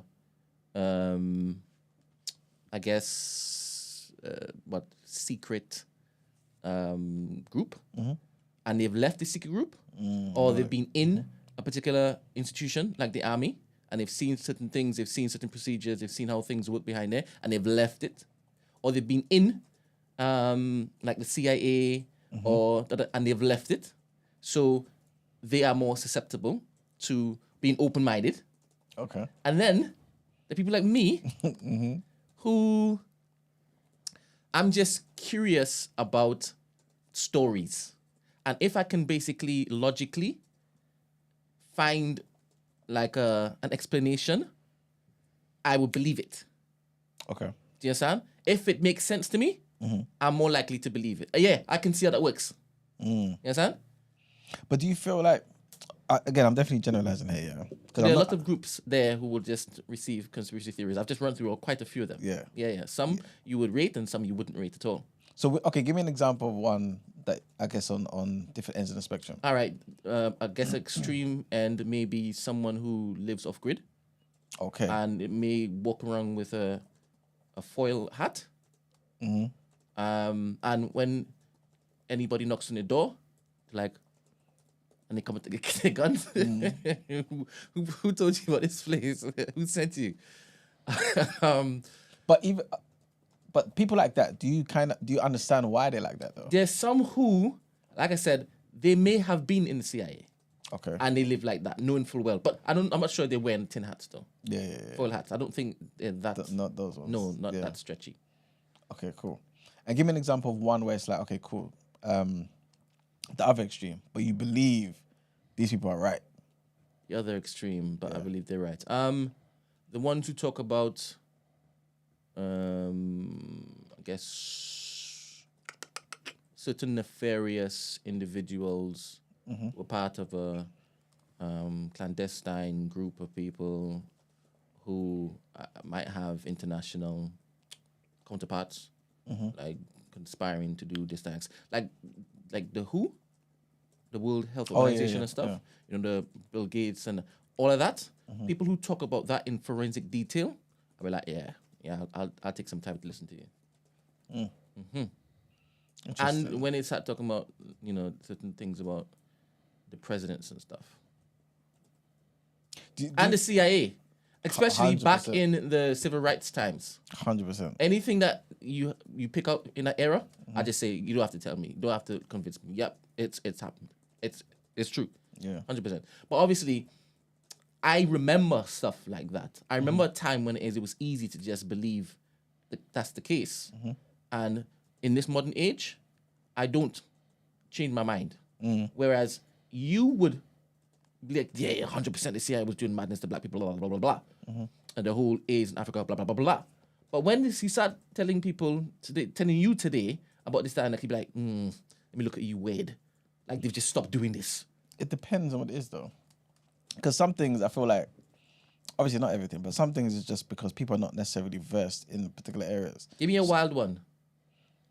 That you be like, anybody who tells you that, you're like, oh, calm down. I've got to get to work. They're putting estrogen in the tuna. Who's eating tuna? I call some tuna. Huh? Men. Oh, so you're saying that they're like trying to get rid of the men, making them effeminate by putting estrogen in the tuna. I heard they're doing that in water. See? But why are men eating tuna? Tuna's nice. No, it's look, it's like me saying why are people eating mushrooms. Yeah. I didn't know that was a staple. Oh, I get like it. It's in everybody's. Like it's not like eggs. Oh. Yeah, I'm with you. I get what you're saying. I think that's why they put it in the water then. Is it estrogen in the water? Apparently I don't drink tap water. That's why people don't drink tap water. Serious? Yeah, because I didn't realize the change. No, I'm joking. I don't know what they put in the water. But I know you think people were fighting for water in America. COVID? They definitely put fluoride, steroids in the food, everything. Everything. Yeah, they're poisoning the water in America, definitely. Yeah, I mean, not just poison, but they give them enhancements. I think they give them enhancements. They definitely. They give them enhancements. Because why are they tall like that? They're not all tall like that. No, but America I've is seen one too many full tall. of tiny men. It's a Yeah. It's their PR, and obviously because of basketball and stuff like that, and the way that they're seen around the world, that's what we've been told, and that's what we believe. I think there's more short kings in America than tall ones. They're all like Kevin Hart and that. Why do you short kings? What? I always call them kings. Pays respect each time. I'm paying respect each time. Are the kings happy about that? They go. They might feel patronised. They're all like Kevin Hart and Tranq and these man. All them R&B singers Tranq are is tiny. short. They're all tiny. Tank short. Tiny. Tranq can't be short. He's the smallest of men's. Tank is not short. Okay. Don't do this to me. Okay, he's tiny. Tank's tiny. Cat Williams tiny. They're tiny, bro. They're all tiny. Like most Cat of Williams them. is definitely tiny. No, the only No, ones I'm that are saying big are it's the Cat NBA Williams players and a couple of man, like the sportsman, like this NFL man, the thingy man, them WWE man. Like there's a couple of them. I'm saying the majority of humans over there are tiny. Oh, he means Tank the boxer. No, I I mean Tank, Tank. I can't make you love I mean Tank the R&B singer. Oh. I'm googling this. How tall is Tank? Or maybe I should have said how He's tall at is Tank? 5'10". He's 5'9". I knew he was lying. He gives That is tiny. he gives BDE. Not for me. I'm 5'4". And also, that's Google. You know they put 2 inches on that. You know they put 2 inches on that. Tank's about 5'7", bro. maybe smaller. Have you seen him stand up? Go and do some research. Go look at him and see him stand up. Oh. He's tiny. I don't want to ruin the image I have in my head. I'm not going to. Morning, Black Rock. That's Gallagher. You guys still talking? You guys still talking? No, yeah, we're on that. We're on that. Sorry. Sorry, I just got distracted. Yeah. Talk about a man. So this is I love these talks because I think people are more receptive to conspiracies than they were in maybe previous generations, and I think it's a byproduct of having more active information now.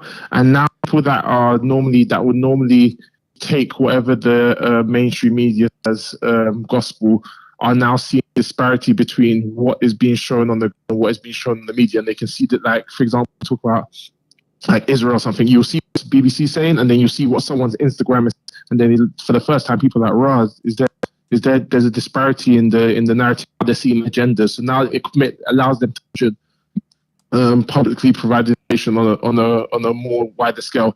So I think conspiracy theories, like Brent said, is normally a byproduct of if you're open-minded or if you also like to connect dots. So like what I know is that, like, with stuff like conspiracy theories, I've changed my approach with some of my friends. Like, the one I like to talk about is like 9/11.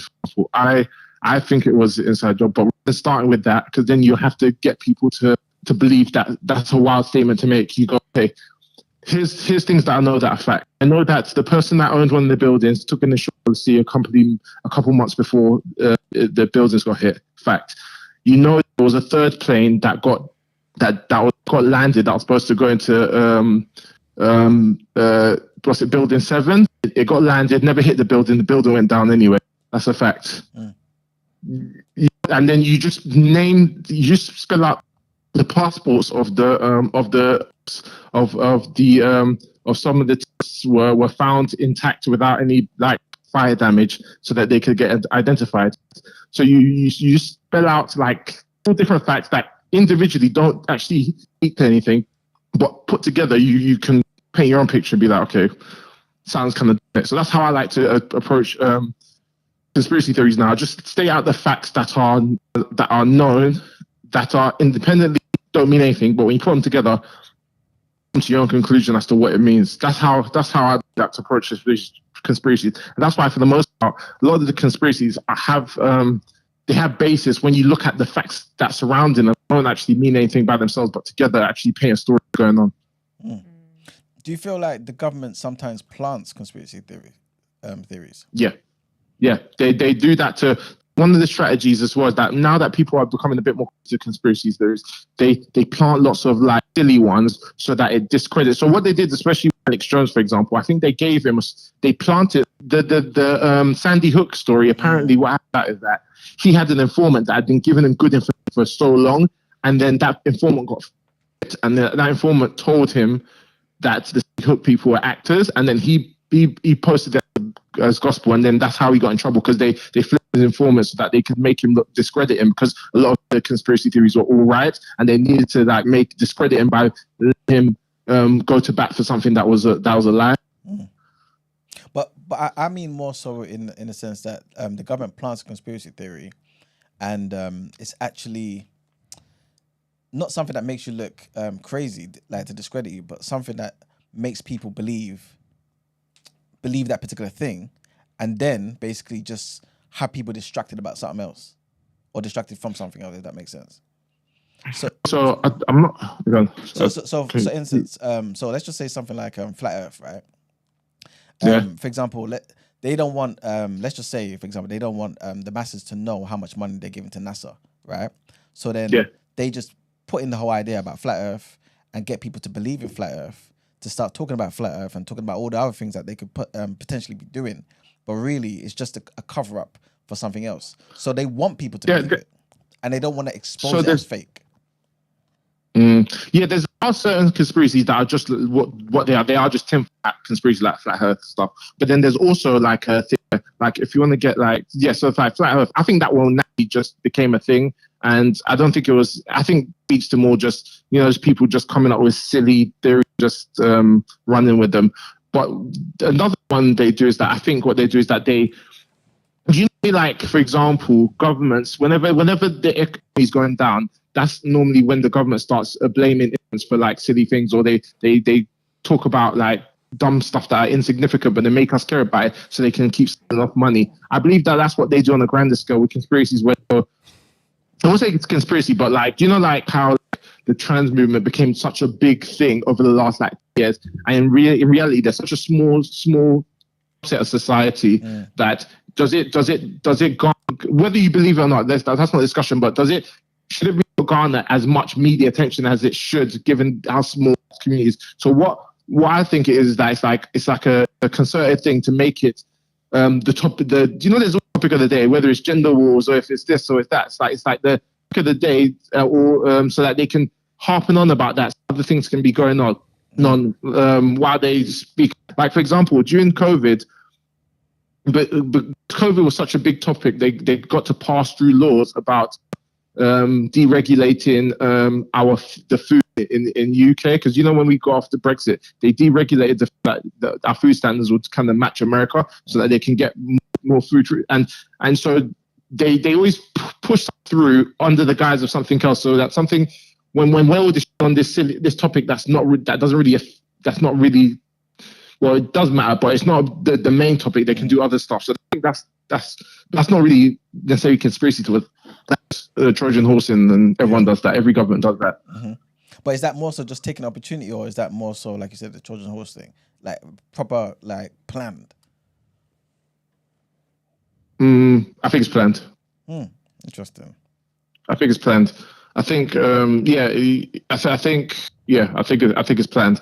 But yeah, most of these conspiracy theories, you just have to wait long enough, and then you find out the truth behind them after a while, and the truth comes out faster these days than it was before. Like, even, I don't want to go back into the COVID stuff. If you read enough stuff about everyone's saying I say like too much. If you read too much, if you read up on all the COVID, there was even medical doctors that were making a stand against it, saying that there was ways to it that didn't require a jab, and then they were being silenced and stuff like that. So you see the government sponsored narrative, and then you see what people on the ground level are saying that, and then sometimes you see a disparity, and that's when people start questioning things.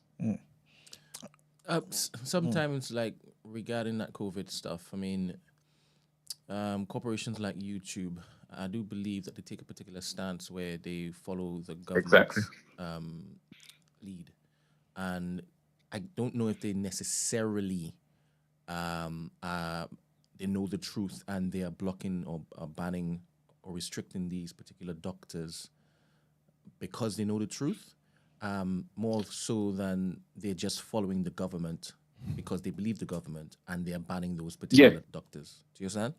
Yeah, of course. Yeah, you have to give people their marching orders. Like, it's like with anything. Do you know Oppenheimer? Do you know in the film Oppenheimer where they said they gave every like group just enough the information they needed? Do you know that they did that in the military where you get the information you need, so no one has the full building blocks apart from the person up top. Yeah. So if they're telling and also there's a stronger.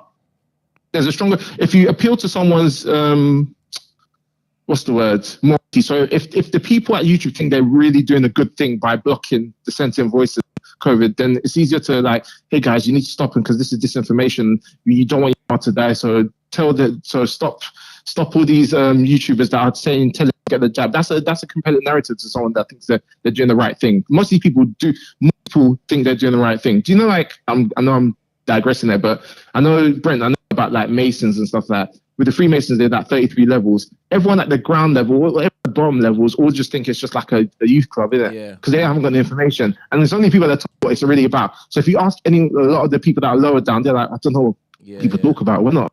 It's not satanic. It's just, it's just a boys club. And it's like, they actually believe that because that's the information they're given. And that's how they do it with other things. Though, if there's disinformation, if there's a nefarious agenda by the people at the top, the people at the bottom aren't going to be that because they're for the most part good people. They're just told, no, we need to do this and it's better good and you're doing the right thing by stopping this, by doing this. And they're like, yeah, I'm a good person, so I'm going to do it. So they're just doing it under the guise of thinking they're doing the right thing. When you watch some of these documentaries about these pills on Netflix, you see how insidious and wicked people are at their very, very, very core when it is that they're in powerful places. So when it is you're talking about big pharma, my goodness. So I'll believe anything anybody ever tells me about big pharma. Anything. Especially if it's wickedness. 100%. Especially if it's wickedness. 100%.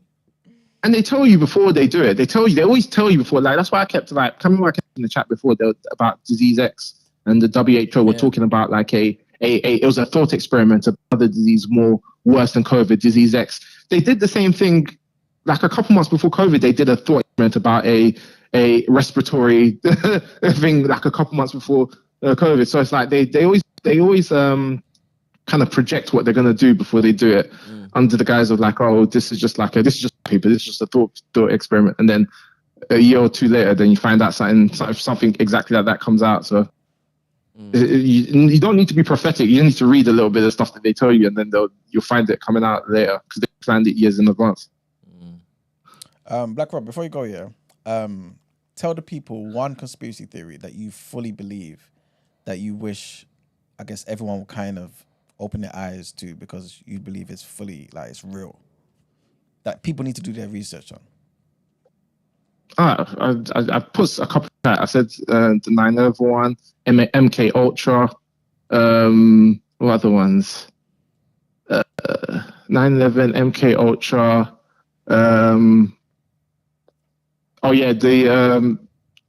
the whole Freemasons and all that stuff that run most of the top.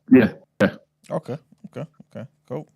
They're the bait ones, but they're not. They're stuff that you've heard before. They're not like, but they're the ones, but they are true. I think they're true. Let me say that. I don't think I hold any fringe theories in my. They're not. The ones I hold. I don't hold any weird ones. Yeah. I mean, anything that I would say is because, like, I could give you bare YouTube videos where bare people are there believing the same thing. Yeah. All right. Cool. Thank you very much for calling up, man. Cool. Thanks, Black Rob. Bye. Okay. All right. I think we can wrap it up there. Let's just get into our next headlines.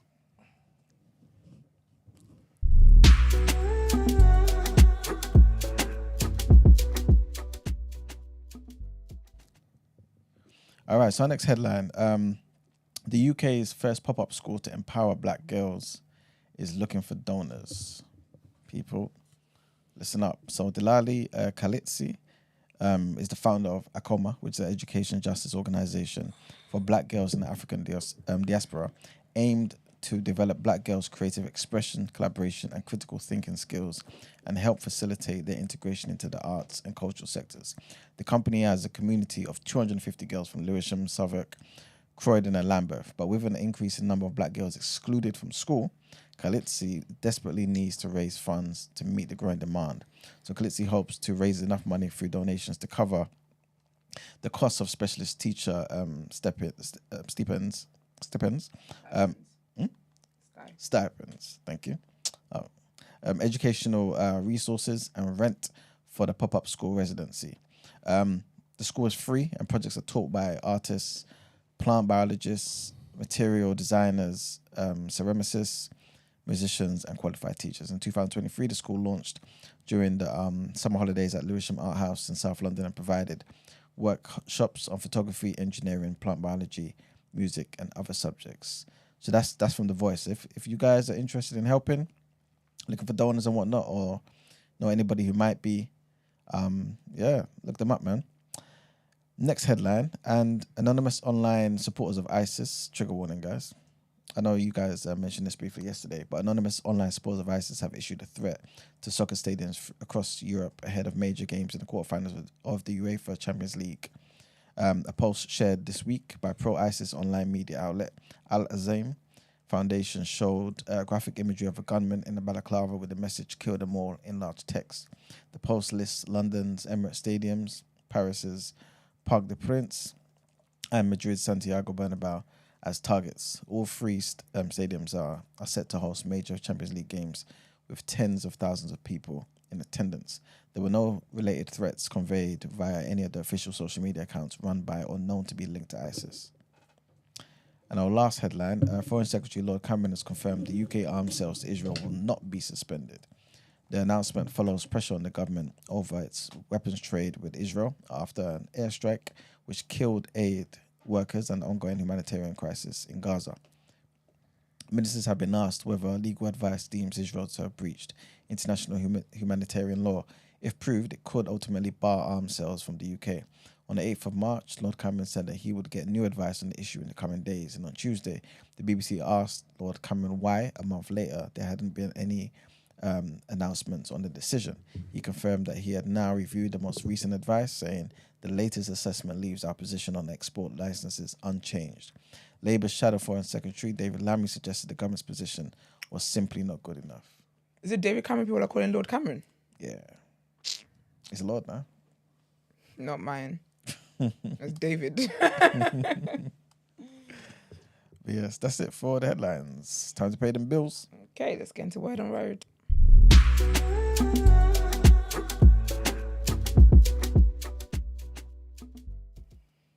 All right, so that little girl, Aoki Lee Simmons, who's age 21, he was going out with a restaurant man, Vittorio ASAP, who's 65. So that's Kimora Lee Simmons and Russell Simmons' daughter. Apparently they've broken up. Like, okay, whatever. I hope they had a family intervention, which is why. But basically, a source says that that the relationship is over, but not only is it over, it was never really a thing. So they were just on a vacation, just lipsing up on the beach, disturbing everyone else's image. I would hate to see something like that. I hate seeing disgusting things in life. That would just really piss me off and ruin my holiday. Ew. But anyways, so the source says Aoki is learning to navigate her private life in a public sphere, and that can be difficult. She was crying on Instagram not too long ago about her dad. Anyways, however, Kimora, which is her mum, was concerned to see her daughter in that kind of relationship due to what she herself went through. So if you remember, I told you that her mum, her dad has secured her mum in the same manner, the same age gap manner. So anyway, apparently they're not together or whatnot. I just think even just lifting up an old man like that is just so... People that love money, probably love money, you know. I could never. Like, I don't love anything enough to be with a man that I don't like that. Like, I don't like anything. There's nothing. I don't like anything enough. Ugh. That's so icky. You know, chances are it wasn't just lip-syn, right? I know, and I don't ever want to think about that. Because just the lip-syn makes me sick. I can't imagine having sex with such situations. Don't you call them silver foxes? Not London you. fox, maybe. They're like them countryside foxes. Them countryside foxes have nice coats. You know what I mean? They don't look like they're starved, disheveled. They do look healthy. They look very healthy. They're well fed. That's not a silver fox. Who's a silver fox? No, that's what they call older men. Yeah, I'm trying to think who would classify as a silver. A silver fox is like Joe Manganiello. Probably Denzel. He's a silver fox, but he's just strict though. Idris. Idris ain't a silver fox. No. He's a silver fox. How old is Idris? You need to have full like George Clooney and them man there. Oh, you have to have silver hair to be a silver fox. Yeah, like George Clooney and them man there. George Clooney is a silver fox. It's the man whose whole head's... You get lips. Yeah. Learn something new every day, right? I didn't know that. I thought it was just an older man. You need the whole head of grey hairs. Oh, so we haven't got any black ones then? Denzel? Morgan Freeman. Do you know what he is? Because he's a good-looking man. He's just stay good-looking his whole time. Wouldn't go out with him though. They're gonna be your granddad. He looked old when he was young. Yeah, he's always... I feel like he just came out the womb looking like that. You know them kids that come out looking like they had enough of the world already and you just got here. Frustrated. Yeah, frustrated. There's one that Marvin posted one time. I said, nah, I need to investigate the parents. What did they do? The kid had his hand, he was like this. Came fresh out the womb. I'll be so disturbed by that. Because why'd you look like that as my child? But anyway, apparently they're not going out anymore. I don't know, man. It's just ridiculous. I'm over it. But anyway, stop. One day there actually has to be a conversation about modern day prostitution. I don't know if I want to lead the conversation, but there has to be a conversation about these things because I'm sorry, it's just getting out of hand and it's dangerous. I'm not sure female-dom is ready for that conversation. They're not, Brent. At all. They're not ready. Men can't lead the conversation. Men can't. All. I don't want to hear from men. No one's listening to I don't want to hear from men though, because men are the ones who are enabling this because you're the ones throwing money at these people. So I don't want to hear that. I don't want to hear from men. I don't know about that. I do. I don't know if it is. You can say men are enabling this. I think you're enabling it because there's men who are older, and when a younger girl comes, like tries to put it on them or whatever, they make it clear that no, like you're younger. But then there's guys who are older who know that the reason this young girl's only with you because you're treating her to nice things, and they enjoy the fact that it makes them feel young. What I'm saying is that I don't think men enable this is because the whole, I keep saying it's a city girl movement crap, right? Yeah, I think that's how what you're doing. I 100%. It's not. Because obviously the message has been co-opted. It's been taken over, right? Yeah. And it now has a terrorist type of. I don't know why it is that your thing's not coming through, Valerie, but maybe you should call via the WhatsApp. Morning, Valerie. I don't think it's a city girl movement. I think they might cook me for this. Are we still live on Twitter and stuff? Yeah. It's an unpopular opinion. I'm just gonna say it, throw the bomb, and just run. I think it's the sexual liberation that's got us where we're at today.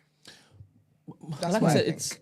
But I'm not saying co-opted the city girl movement because city girl movement is just about having fun during summer, innit? Wait a minute. You egg. I'm not saying in sexual liberation, women shouldn't be sexually liberated. Absolutely. But I think that sometimes people do things and they try and throw it under that umbrella. Kind of like that white woman that said that immigrants were catcalling her on the high street, but she knows she's just the one immigrants. You try and band it with like another movement. I think that's that. I think it's very dangerous. They're in very dangerous. So you think the onus is on the men than the women when there's big age gaps and the young No, men? not at all. Well, actually, no. I think when it comes to age gaps, even when it's older women with younger guys, I think the onus is always on the older person. The older person always will have the duty of care and responsibility, in my opinion. But women always control the transaction of sex, and these old men, they're dying. People forget You say that, but then in grooming situations, because I've got to include grooming, because men are groomed as well. Okay. Do you get me? That's why I said even when it's an older woman and a younger guy, because you have situations sometimes where it's like a school student and an older guy and an older female teacher. That's grooming, because again, their brain is not fully developed. They don't know what they might think it's cool. They might think this is what they like or whatnot, but in reality, they don't know what they're doing. But you're old enough to know better. So I think that in those situations, I would say that, yeah.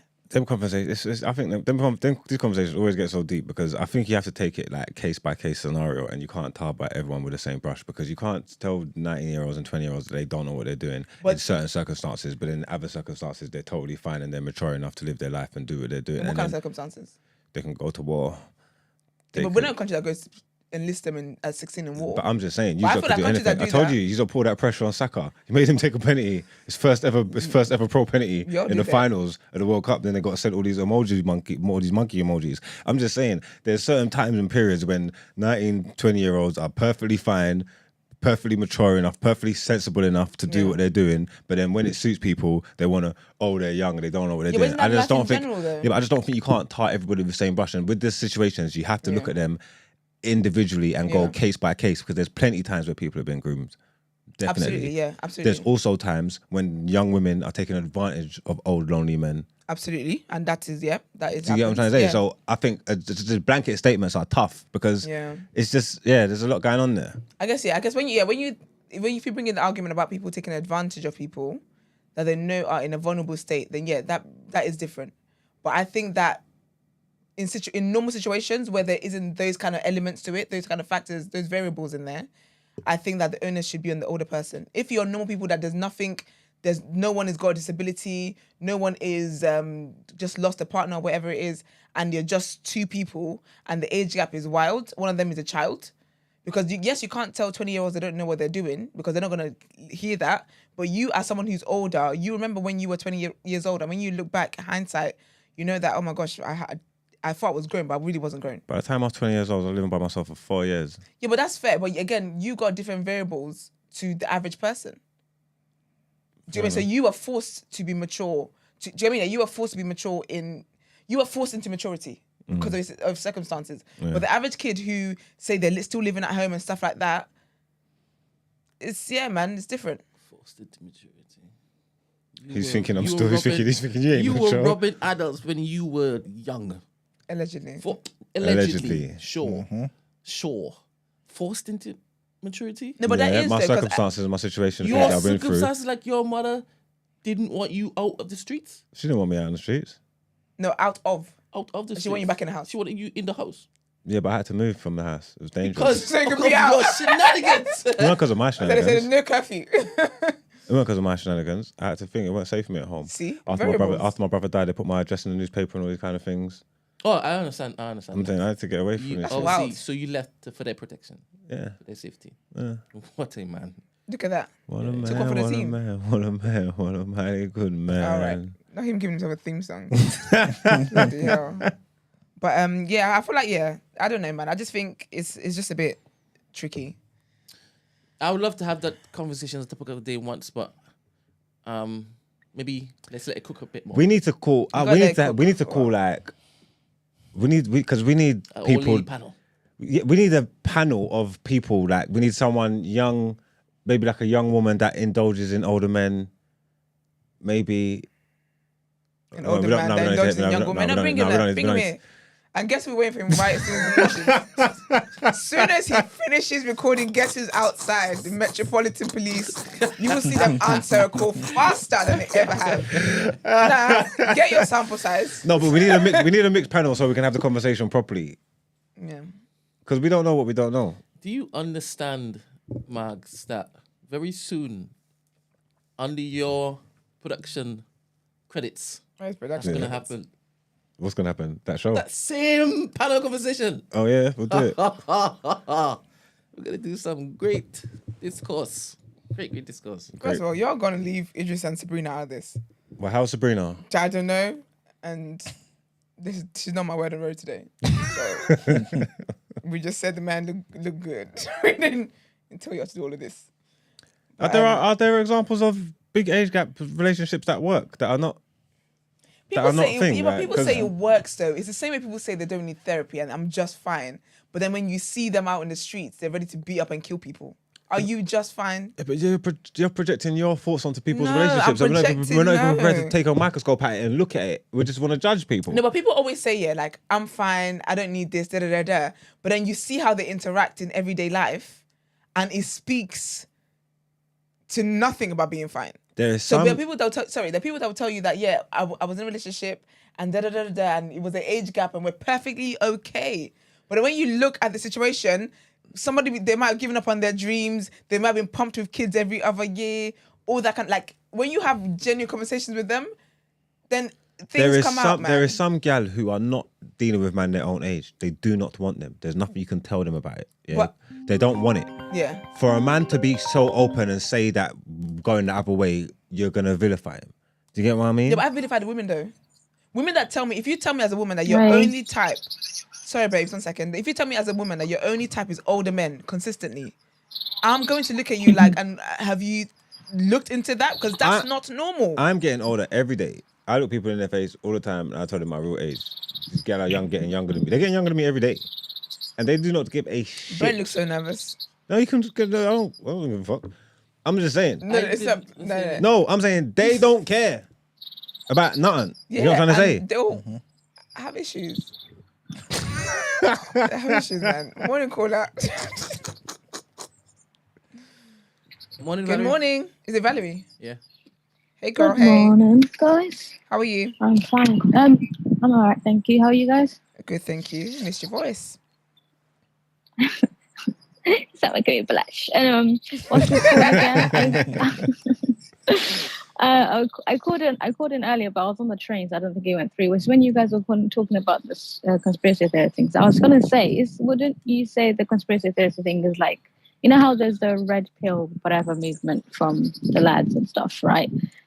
Just because this wasn't on the point of the fact that Brent said there's many videos that basically show proof of what his theories are, and I was just gonna say, Brent, isn't it like the red pill have a lot of followers and they have also a lot of videos but it doesn't mean their whatever beliefs or whatever is true, right? So wouldn't it be the same as that?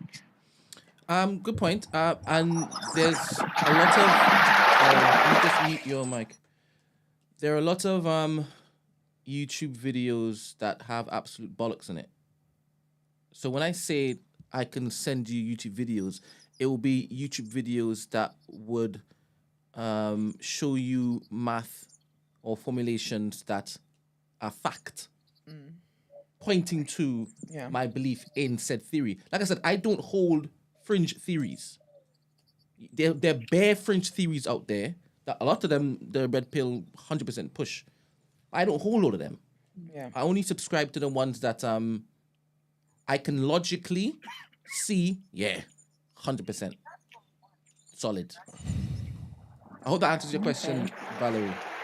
I don't believe everything that the red pill people push. I don't follow any red pill people anyway, so it's not in my particular echo chamber anyway. I'd have to go looking for stuff from the red pill space.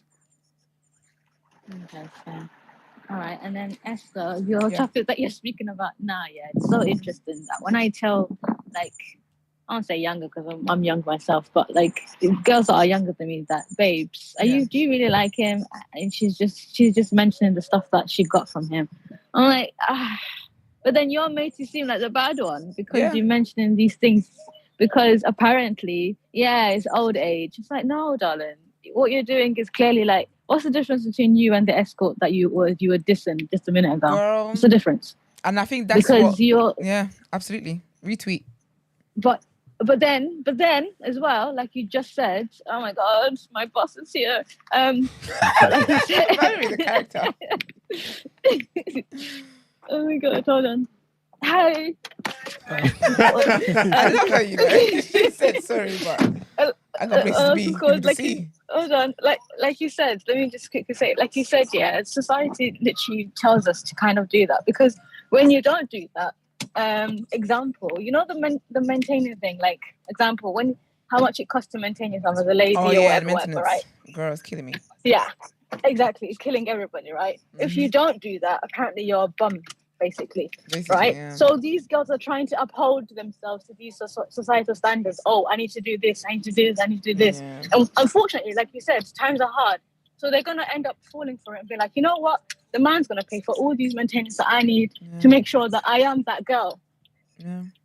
And I feel like it's modern day prostitution. Everyone's at fault. The girl for falling into it, and then society for pushing her to do it because they're like, well, if you don't have the bust down, if you don't have the nails done, if you don't have this and this and this, then they cast you as, you know, the girls that they say, hard wig, soft life.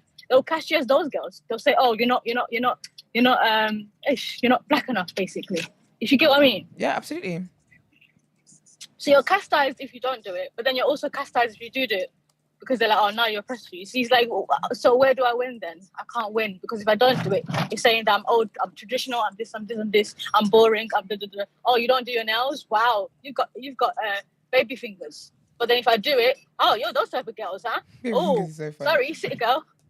Like, you're damned if you do, you're damned if you don't, basically. Yeah, man, I think it's dangerous. So the blame is everybody's what I was trying to say, anyways. Yeah, I agree you for partaking it, and then the men for pushing it because that's what they want. And obviously, as every lady, no matter who you are, you do want to be picked. So because you want to be picked, you fall into those things to do those things. Yeah, absolutely. And I think that's why I say, like, I feel like it's a shared blame.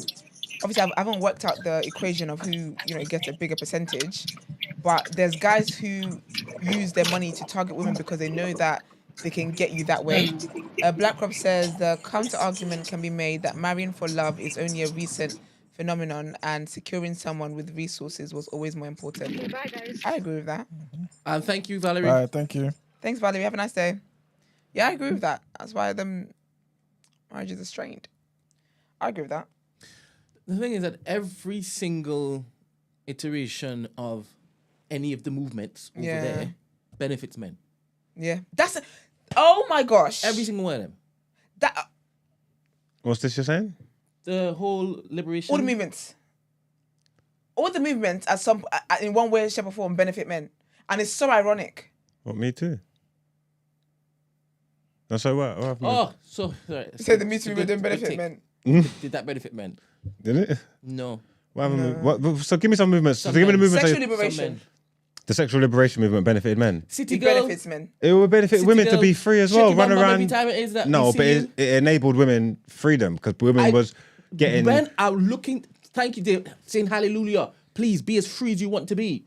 No, but that's not. You can't say that. Women was. No, but we're not women saying been that. The whole women been under the thumb and under the hill for enough long and not been shame. not been allowed to do. Giving up not as many sexual partners. Yeah, but we're not saying just all because it benefits beneficial. men doesn't mean it doesn't benefit women as well. We're saying that it's marketed as something that's for women. However, men benefit from it too.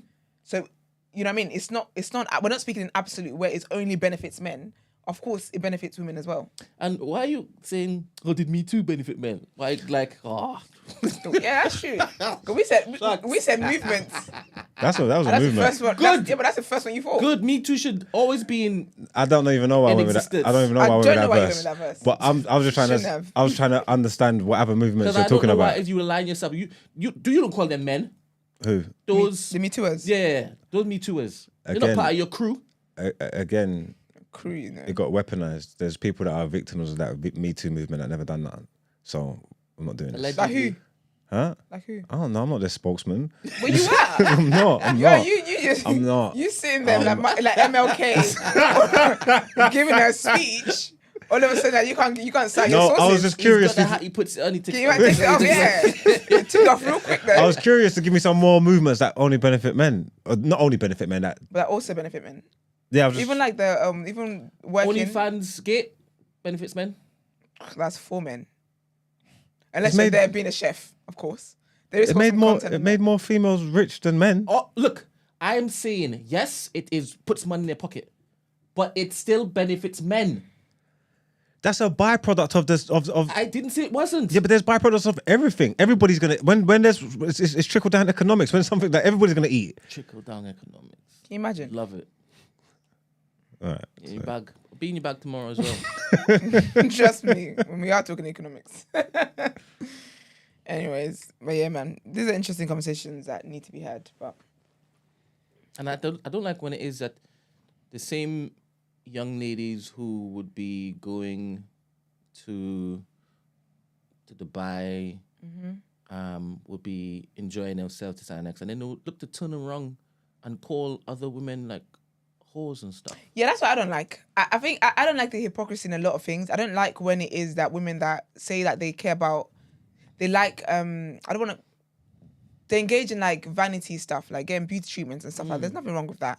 But when you then look down at other women and feel like they're not as pretty because you do that, but you're enhanced most of the time. So how can you call someone else ugly kind of thing? I don't like stuff like that. I don't like if you are somebody who, like, yeah, say for example, you even judge a girl that goes to Dubai maybe for sex work, but then you've got guys up in London buying you stuff and funding this and funding that. You're doing the same thing. She's international. You're not. She's got international clients. You just have guys up the high street. Do you get what I mean? Like, and there's a lot of hypocrisy in these things, and I just think it's pathetic. But I think ultimately it's really it's interesting always seeing what people place value in. And I just think, yeah, I don't know. But people are really going through things, man. Number of girls are linking guys that, ugh. But then the guys as well, like, I couldn't imagine, like, knowing that someone's only with me because I have money. So sad. It's very sad. Anyway, all the best parties involved. Yeah, I don't think the guys care, to be honest. You don't think so? The ones who No, but then you pay for like like she's only spending time with you because you pay for stuff for her, but you will still feel lonely there because she's not giving you that.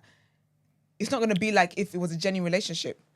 So I think they would still care deep down because you know that your money is the only thing that's keeping her here. If you go broke, she's not going to be here anymore. But the reason why you're engaging in this is because you feel lonely and you want companionship. But your companionship is only because you're giving her money. Yeah, but So they must still feel sad. no, it don't work like that. You work with whatever tools you got in it.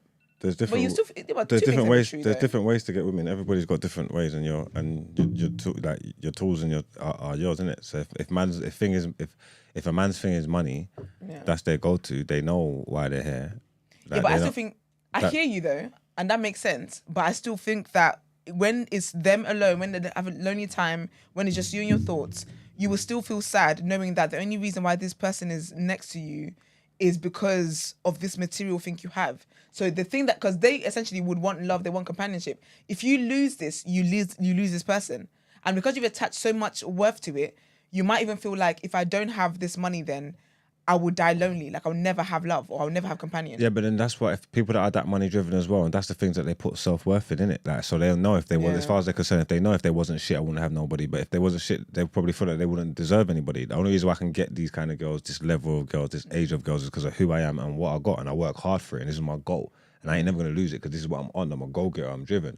If I didn't have it, like, they wouldn't have the self-worth to even want that anyway. They would almost feel like they wouldn't deserve them if they didn't have it. It's the whole point. Yeah, there are different types of guys who use money as that type of currency to draw women in. There's some who they would gladly, because money is not an issue for them. Right? It would, here you go. And there's no, that's what I'm saying, there's no value on it. Thing on my arm anyway. I don't really place much stock on women will put stock on it and be like, oh, he's spent this, he spent that, he spent that. But when a man's got that money in abundance, that there's no value in that money. Everybody can get it. And then there are some foolish guys who came into money, like the guys who I guess were quote unquote geeks, and they're now like tech geniuses and this and that, and they have all these beautiful women around them because they have this that, and next, and they think, all right, cool, this means this and next. Those are the type of people I believe Esther could be talking about, where they are looking for substance in this shallowness and they'll never find it. Okay, so looking for love in all the wrong places. Yeah, those are people I'm talking about. Like, they they want genuine companionship, they want genuine love, but then at the end of it, you just know that it's just transactional. As soon as the money dries out. It's sad, man. Celebrities and stuff like that from any field usually feel like that. Yeah, because when you walk into a relationship with someone, it's always one-sided. Not one-sided. There's an imbalance. You know who I am. You know what I'm trying to say? You might not be here if I wasn't who I am. You know what I'm trying to say? And then how do I find someone that's genuine, that loves me for me? And then you don't get it. So I suppose you probably speak to those people as well that have got money and got fame in abundance and got a gal around them. But again, that's not really their fault, innit? You know what I'm trying to say? That because that's what they're attracting. And it's like, how am I going to find a genuine connection? How do I know which one's genuine in this nonsense? How do I know if I left it all tomorrow, would you still love me? You get me? Tough. Yeah, I mean, yeah. Anyway, speaking of love though, good love. ASAP Rocky and Rihanna. So Rihanna's got an interview with The Interview, as in the publication interview. It was really good. It was really, really good. So it was a written, you know, those interviews where they describe what's going on. I mean, she is facing controversy. How do you say the word? Controversy? Controversy, yeah, that's it. For this. Oh, the horror shoot. You none? So she's facing, she's getting cooked online for that. There's also this look. But I think she's like, is it FKA Twigs? What's that one? What, FTK? That's Jaws. That's Jaws. Yeah, FKA. That's Jaws. It's giving a side of ASAP Rocky. Then there's that. But this is giving Disturbia, Rihanna. She's getting cooked for the nun thing, though. Getting cooked hard. Actually, well, not really. Maybe not. There's that look as well. It's funny because none of these looks have anything to do with what the interview was about. The interview, she's swooning over ASAP Rocky. So it's just so funny that she's dressed how she's dressed. But anyways, so yeah, I read the interview. It was so wholesome. Quite long, but it is very, very interesting. And I'll just read you some bits of it. I just love their love story, man. Really, really cute. So the interview was actually someone that she knows, and she's done like, I think she styled her before. Yeah, it's a stylist who's now interviewing her and whatnot. Her name's Mel Ottenberg. But anyways, so she talked about, like, she just was like, oh, what's this? It was very, very casual conversation because obviously they've got history and whatnot. And they didn't want it to be like an interview kind of thing. But anyway, she asked her like what she had these earrings on, and then she said that they're from ASAP Rocky, who obviously is her man. They've got 2 kids together, Rizza and Chizza. Okay, another baby, not Chizza. But yeah, so she said. So the interviewer then said, "Oh, he has good taste," and she said, "Isn't he the best? I'd be feeling bummy as shit next to this man. I feel like." Damn, I look like his assistant. I'm getting on a plane. We should be in sweats. He wants to be in a full Bottega suit. I'm like, why have you got to do this to me? And then she said, and then the interviewer asked, is there competition? Is there a little competition for the looks? And Rihanna said, no, it's more like I spend my time getting the kids dressed to death. And then I'm like, what's the most comfortable outfit to wear around them? what's not going to feel uncomfortable on their face, on their body, or make me feel like I can't hold them properly. She says mums are lazy dressers in real life. It's really, really sweet, yeah, seeing like Rihanna in her mummy era. And it's just really, really, it's just nice. I remember when she came into the industry, you know, speaking of It's Loving That You Want and all that kind of stuff. And I guess she's one of the celebrities that you kind of seen grown up. And it's just, this interview was just so wholesome. Her talking about love and talking about the things that matter in her life. And it's just amazing. But anyways, what else is there? Yeah, it's RZA and Rocky. No, Riot. RZA and Riot. Name of the children? Yes. Riot. RZA, and then Riot is the younger one. Oh my goodness. I can't commit my child. I couldn't. To that. The Nigerian in me will be shaking. It's impossible. You got to manifest what you want your kids to be. Well, that is ASAP Rocky though. So. His name's not ASAP. Yeah, it's Rocky. His name's not Rocky. Yeah, but he moves like a Rocky. Oh. Yeah, and then she talked about her diaper bag, and I just thought this was so funny. Yeah, she talked about her diaper bag, and she said, "Oh yeah, this is Riot's bag," and then this is so basically in there was like a. So basically, when she said when she's flying away and doing whatever, or like away from her kids or whatnot, she always has something from her kids to like remind her of her kids, so she can smell them, that kind of stuff, and it's really, really sweet. But it was so cute because then the interviewer kept calling it a diaper bag, and at one point Rihanna was like, first of all, she was like, let's not classify this as a diaper bag. She said it's a YSL mini duffel. I said, girl, you better let them know. You better tell them. So that was really, really cute. She also talked about how it was that she and ASAP met. So she said, so the interview said, so you guys were involved in some way. Were you guys involved in some way before? Did you start going out, what, like 2012? And then Rihanna said, no, we, because they did Fashion Killer in 2012. That's when they had a video and she was like the model in his video and stuff like that. But she said that they met at the VMAs and they performed at the VMAs and he grabbed her bum. So she said, oh yeah, the VMAs, she said, yeah, he grabbed my bum and that was like 2012 and whatnot. And then she said that when it happened, it was so funny because she said when he grabbed my bum, everyone was like, oh my gosh, like she's going to go crazy on him kind of thing. But then Rihanna was like, oh nah, you know, it's all right. And then she was like, that's when everyone was like, oh my gosh, like, you like him. Obviously, grab people with bum with consent. Obviously. Oh, you got consent? Excuse me, that's not what I'm just letting people know. Don't think you're Rihanna ASAP Rocky. You grab someone's bum, you're gonna end up in jail. That's crazy. Maybe he knew she was on them things, isn't it? Maybe, you know, maybe. And the video as well was shot by Virgil Abloh. So yeah, so she said that with her and ASAP, she said we see fashion the same way, we saw creative the same, we ended up in the same circles a lot, and past that when we grew up, we ended up supporting each other's brands and products and creative all the time. I would wear his stuff, he would show up to my launches, and it wasn't until the end of 2019 where they kind of got together. And then she asked her, like, did he slide in a DM? Was it a text? Like, how did that happen? And she said, no, we've known each other for a long time. I've seen him in relationships. He's seen me in relationships. We've seen each other outside of relationships. We knew what we were capable of and the trouble that we could bring to each other's lives. We can make or break each other's hearts. And so we started dating with a lot of caution, which is interesting because she then said that essentially her mindset is that whatever's meant to happen will happen. She said it was basically like, this is a flower, it's either going to die or it's going to blossom and I'm going to let it decide itself. But obviously that was 2019, then we went to COVID, right? So that relationship basically fast-tracked because she said, the interviewer said, oh, was COVID a blessing for you guys then? And she said, COVID sped up our relationship, which I felt like God knew we needed because we were going to start a family. Imagine, very intentional. All of a sudden, you guys dating now, you want to start a family. And then she said, Rihanna said, had it not been for COVID, we would have taken a lot more time to get comfortable with each other, to even know that we were ready. And then, yeah, so they knew what they wanted. They knew they wanted children. And then she says, I'd let God lead and just let go. Because in previous relationships, I tried my... And this quote, you know, the girls love any quote that lets them know they've been love sufferers. You don't need to stop suffering in the name of love. But anyway. So... What are you saying? We talked about Ciara and Future. And Ross, yeah. And now Rihanna. And ASAP Rocky, innit? This one. Yeah. After Chris Brown, I was so happy for her. I actually was thinking that. Yeah. I love that. I love a good redemption story. Yeah. So she was able to have her Happy. Chaos.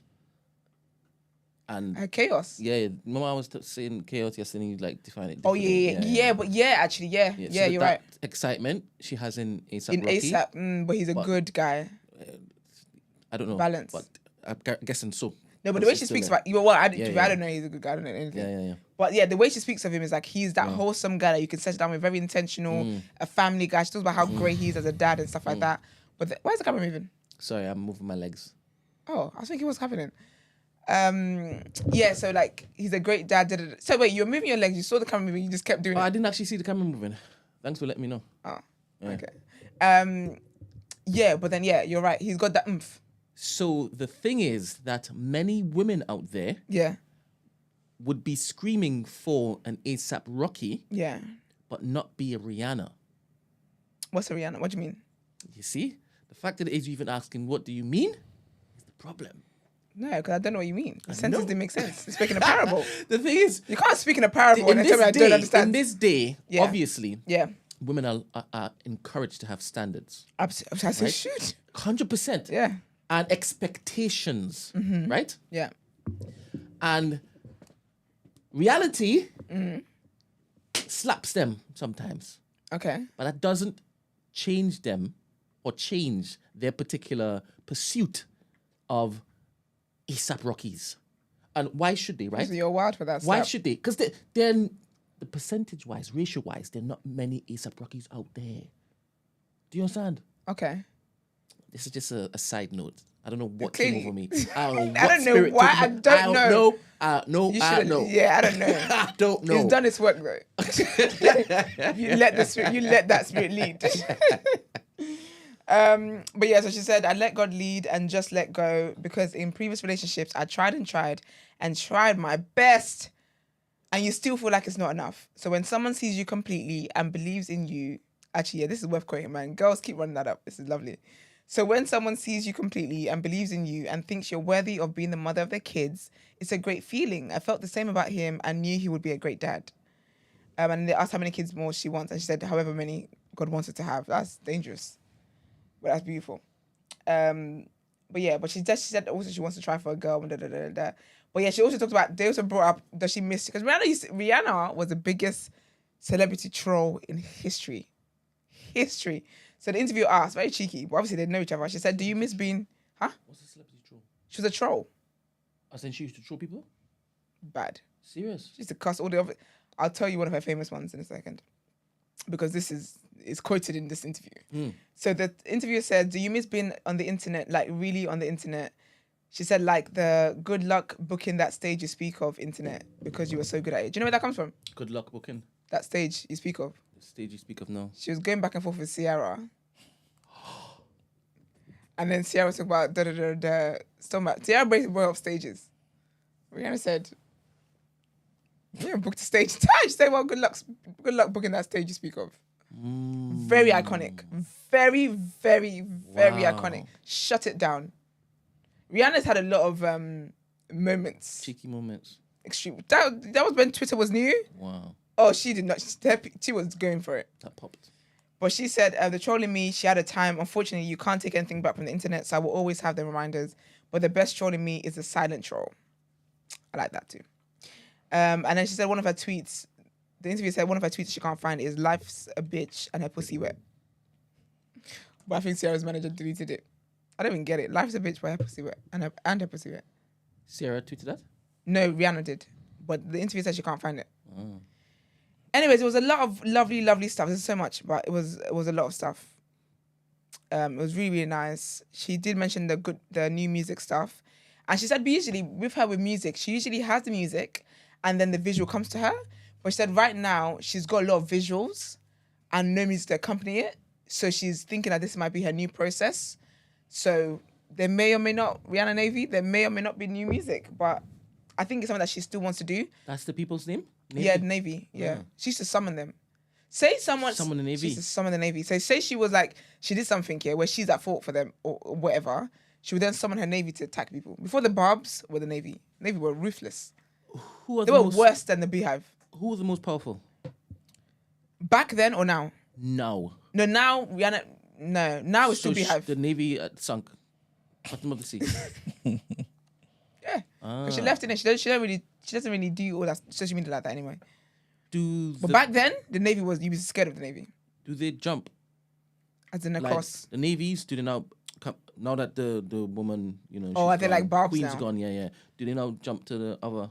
I don't know what people were doing, Brent. Probably. Maybe they're beehives now. But like, if she put out music, no, the Navies are still Navies because they're still begging for music all the time. Is it possible? And when she did Fenty and stuff, they were supporting it. Is it possible to have multi affinities? I think so. And ride hard as well. Well, I used to ride hard for Nicki Minaj. Yeah. But I also I've always loved J. Cole. Yeah. I mean, to be fair, they're not in conflict with each other, though, is there? No. I guess it would make it difficult if it's people like no, actually no, because I like Nicki and I like Cardi B. Obviously, I don't ride hard for any. You're not one of those. No, I'm not. No, I'm not a crazy person. Yeah. No, I'm not Delulu. And people need help. But anyways, it was a really, really good interview. I really, really liked reading it. It was really, really wholesome. Honestly, like I love love anyway. I'm always here for love. But speaking of love, Kyla Pratt, who was in One-on-One, and I know. Do you know the other day, Flex, because Flex is married to Shanice, and their daughter was dancing on TikTok to the theme song. And it was so cute because Shanice and Flex were like in it as well. It was so lovely. It was so wholesome. They got a podcast together. Have they? Flex and his daughter. Do they? Yeah. Oh, I'm checking it out because I love Flex. I will always love Flex. I will always crush on that man for the rest of my dying day. Beautiful man. Flat app. He was so cool. He was so cool. But then his daughter and another TikTok asked him about the Michael Jackson situation. And I'll be honest with you, I respect it. He said he's a man with a family and bills to pay. So, did what he had to do, man. And he said he auditioned for it and he didn't think they were going to pick him because he was too tall, he was too built. But alas, that lives on the internet. But Kyla Pratt basically she's on a show. Oh, yeah, sorry, 1 second. She's on a show called, all right, well, my article's gone, that's annoying. But basically she's on a show and she was talking about advocating for yourself as a woman that's given, like medically. Was it Pratt? Yeah, there we go. Yeah, advocating for yourself medically, and she was talking about when she was pregnant and she had see later. She had contractions. I was about to say contraceptions. She had contractions. She wanted to be pregnant, but no, she had contractions, and she was telling the nurse, not the nurse telling her, no, you're not having contractions. She was like, yes, I am. It's my second child, and I bloody am. So, anyways, yeah, that was a great interview. Why can't I find it now though? That's annoying. Oh, there we go. So she was on a show called Recipe for Change. It's a daytime Emmy-winning award series. And they were talking about, the episode was basically about revolutionizing Black motherhood. And that's what she talked about, her healthcare experiences as a Black woman, and so did other women, their bodies, their children, all that kind of stuff. It was really, really good. It looked like a really, really good conversation. And she talked about that and how she had to stand up for herself. And I'm really reporting this because I love Kyla Pratt anyway. But she said, I remember for my second pregnancy, I went into early labor. Being in the hospital, I told her, I can't touch my face. Being in the hospital, I told the nurse that I was having contractions. She looked at the machine and said, no, you weren't. And I said, yes, I am. I've done this before. Go get my doctor. She said, luckily, standing up for myself in that moment, my daughter is here now. She went to get my doctor. And my doctor said, you're 6 centimeters dilated. And we have to do an emergency C-section. Can you imagine? But because I was so small, I wasn't showing up on the machine. In that moment, I didn't really recognize when people weren't listening to me because I was young, because I am Black, because I am a woman. So sad, man. She still looks good. She's so gorgeous. But yeah, so reporting on that because I like Kyla Pratt, but also it's a very, very important conversation to be had. I know it can be a bit tricky sometimes, but where you can, please just find that confidence within you to advocate for yourself. Definitely medically, because like you know what you're feeling in your body. You know what your body's going through. Speaking of advocating though, one thing about the Brits, they're going to advocate for dogs. Stacey Solomon was on Instagram or something, and then in the background, her kids had like raisins. They were eating raisins, and the dogs were there. She's got 2 kids. One of them was in a what a baby chair thing called when you get in the restaurant. Them high chair. Yeah. It's a high chair, high seat. It was high, whatever that is. Kid was up on the pedestal. So anyway, she must have posted her kids or whatnot. But the dogs were there, and then the kids were like, the older one was giving the baby one raisins and whatnot. Anyway, not her getting millions and, well, she said tens of millions, but obviously, we know people use the word literally wrong. But anyways, she got bare messages. People talking about, oh my gosh, be careful. Raisins are poisonous for dogs. Your kids might have given them some. Check them, da da da da da da da da da. So she has to come online and be like, hey, it's fine. So basically someone said in the comments saying, I bet you've had, or in her DMs, I bet you've had 10 million messages. Dogs shouldn't eat raisins. And then she said, literally 10 million. This is why I was telling Rose we have to pick them up and they can't be eaten by the doggy. I don't care about dogs. Anyways, the dogs didn't eat any raisins. The dogs are well and alive. The kids are still cute. Stacey Solomon is still a babe. She will forever be a public hero. She went on is it Loose Women? And she said that she doesn't understand why we've got a royal family.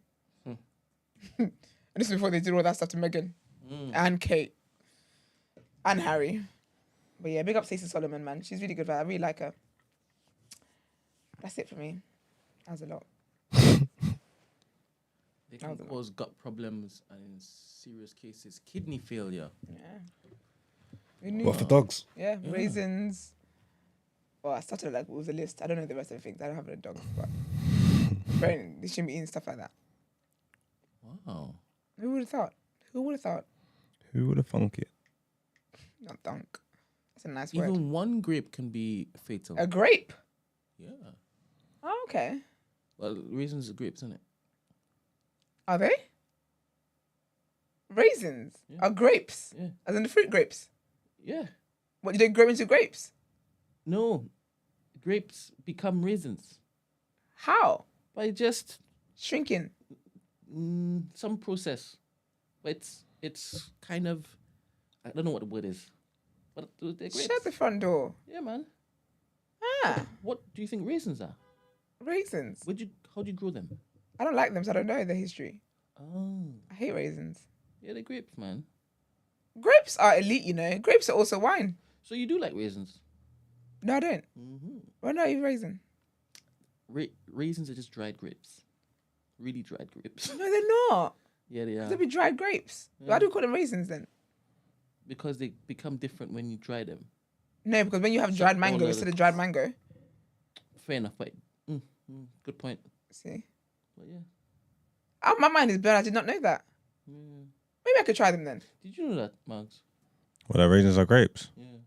Mm-mm. So what did you think raisins were? I never paid much thought for it, to be honest with you. Nasty. No, Word. They're very nice. No, they're not. I don't know. Do you eat mushrooms as well? I eat mushrooms.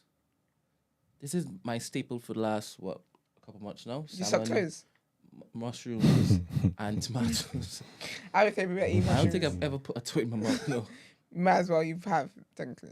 You mushrooms. I feel like the same texture. Do you know I feel like the same texture. Wavy, if you cook them nice, the texture, it adds to the experience. Isn't like mushy, like squidgy? Depending on how you cook it. Yes. You like mushrooms? Not particularly, no. But you would eat it if served to you. I've eaten raisins in them cakes and stuff as well, so. I said mushrooms. Yeah, but I'm saying like if it was in things that he would you eat. can mix things and stuff and eat it. I'm not eating no mushrooms by themselves. Like how you understood his chain of thought. Yeah, because I get it. You can mix, you can blend and mix things in it, and you can. But I don't eat raisins in cake though. I ain't eating like no mushrooms by themselves. I lied. That vegan spot put me onto some mushrooms that were absolutely laying. I suppose actually, you did say just the way they season them. I'm proper lied. I did. It's not you lie, you just forgot. It's all right. It's okay. I'm not gonna happen that. Why did you say that when I actually lied? I did lie. I don't want to bring any focus on that. I don't even know what you're talking about. No, of course you don't. Ah, okay. Yeah, I did lie. Can you imagine that's where your mind went? Like that was the only time. That's the only lie I've ever lied. Can you imagine? That's the only time I've ever lied. Okay. Because that's the only time I've ever lied. That's the biggest one. No, that's the only Straight lie. in my face as well. That's the only lie. What are you talking about? No, but I told you they went to get to other people. Oh, man. Oh, apparently raisins means grape in French. Who speaks French in the chat? It's Curtis, because he's Congolese. Maybe he speaks French. Actually, Curtis, do you speak French? There should be bare French speakers in the chat. I said it should be bears if you put them there. Oh, man, they colonized the whole continent. True. That is a word. Let's see. Okay. Are they not dehydrated? Yeah, it could be dehydrated grapes. Maybe that's the process. Dehydrating. Dried grapes. So why don't I like them? A raisin is a dried grape. Who said that? Google. Oh, I thought it was a chat about saying. Okay. I might give them a try then. Yeah? So you've never had one? I have. Accidentally, and I was like, now you... It just wasn't it. But now that I know like grapes, it's just like, oh, it might change the I like experience, grapes. Second? I might change the experience. Yeah, I think it would. Now that I know what it is I'm eating. Yeah, but to be honest, when you get mushrooms, just pluck them from the ground. It's not sexy for me. I've never tried you mushroom cook it, though. then I'm like, ooh, okay. I've accidentally had a mushroom in the spring roll. I was fuming. But I can always take it out. Like, I can separate my food in my mouth. It's not as icky as it sounds. That you said the other day about how you eat that spun me. Was it that you have to eat everything separately, even if it's on a plate? Oh, yeah, it was the English breakfast, wasn't it? No, was it what were we talking about? Yeah, I think you were asking him how he eats his... Yeah, because he and English, Christy... he was like, you have to put a bit of everything on the fork. Yeah. And then yeah. And then she was like, I can't do that. That's a bit much. The people that I was out with my friends eating the other day, and they were separating their food and all that. Like, we got a roast and it was mixed beef, lamb, and chicken. And I looked and he had chicken on his plate and nothing else left. And I was saying, how did you get here? Like, what? He didn't have any of the things at all? Or nothing else was left. There was nothing there. There was just the chicken, and it was really like untouched. I'm saying, what? How come? How did you do that? I don't understand how you done that. Because I need everything on every spoonful. Oh, you went to the place? Yeah. The Caribbean it's nice, isn't it? Yeah, it's proper Banging, stuff man. still. It's good. Banging. Good grub, man. Oh, Blackwater is closed this week. Yeah. Yeah, it's really nice. I might go I ain't next week, tried the rest of the food in there, but that roast is top Listen, tier. I might Like go proper next week. comfort It's food. a Caribbean roast. What's on the plate? Rice and Everything that you need. peas, stuffing, the Yorkshires, do next potatoes. Then there's lamb, beef, chicken. I've got some mac and cheese. I've got a nice. festival. Got some coleslaw. That was all on your plate? Yeah. A big plate? Yeah. All right, then. It's actually really nice. Stuff my face. Straight. I might go back. I'm gonna go back. Actually, I'm gonna go. They're doing the roast. They do the roast on Wednesdays now as well. So They do, but I'm you not don't in have the to area wait at the till time Sunday. because it's like I think it's like evening. Oh, is it? I don't leave. I can't be driving all the way here. I could drive all the way here on another day, but You don't have to I've been wait. in the You morning. don't have to wait till Sunday to get a roast no more. that's lit, you know. It's amazing stuff. It's making me so hungry. Today's Wednesday, isn't it? Today's Wednesday. Man, I don't fuck around and go there today. No, it was so nice. How much is the plate? It's The like, roast is like, it was like, is it £16 or something something? like that. Yeah, it wasn't expensive at all. Okay. It was really. I might go next week. Blackwater is closed again. £16 for all of that? That is very... It was really, and it's I know just so I had to pay extra for the sides. The yeah, roast, extra for sides. the roast is the tree meats. Yeah. I think it's got Yorkshire potatoes, stuffing, rice, and like some steamed veg and thing. That's what you get for the £16. Proper way though, man. It was good. I'm so hungry. It was actually proper good. Oh crap! Reminded me of being young. That's what I used to look forward to eating every Sunday. Yeah, it was really nice. It was absolutely lovely. So big up the man that owns it. But yeah, man, I don't like my food like mixing and stuff. Even that roast. When I go next time I go, I'm gonna tell them I'll put my own gravy. I'll put my own gravy on it. Separate plates, yeah. No, I put my own gravy because I don't like my food like.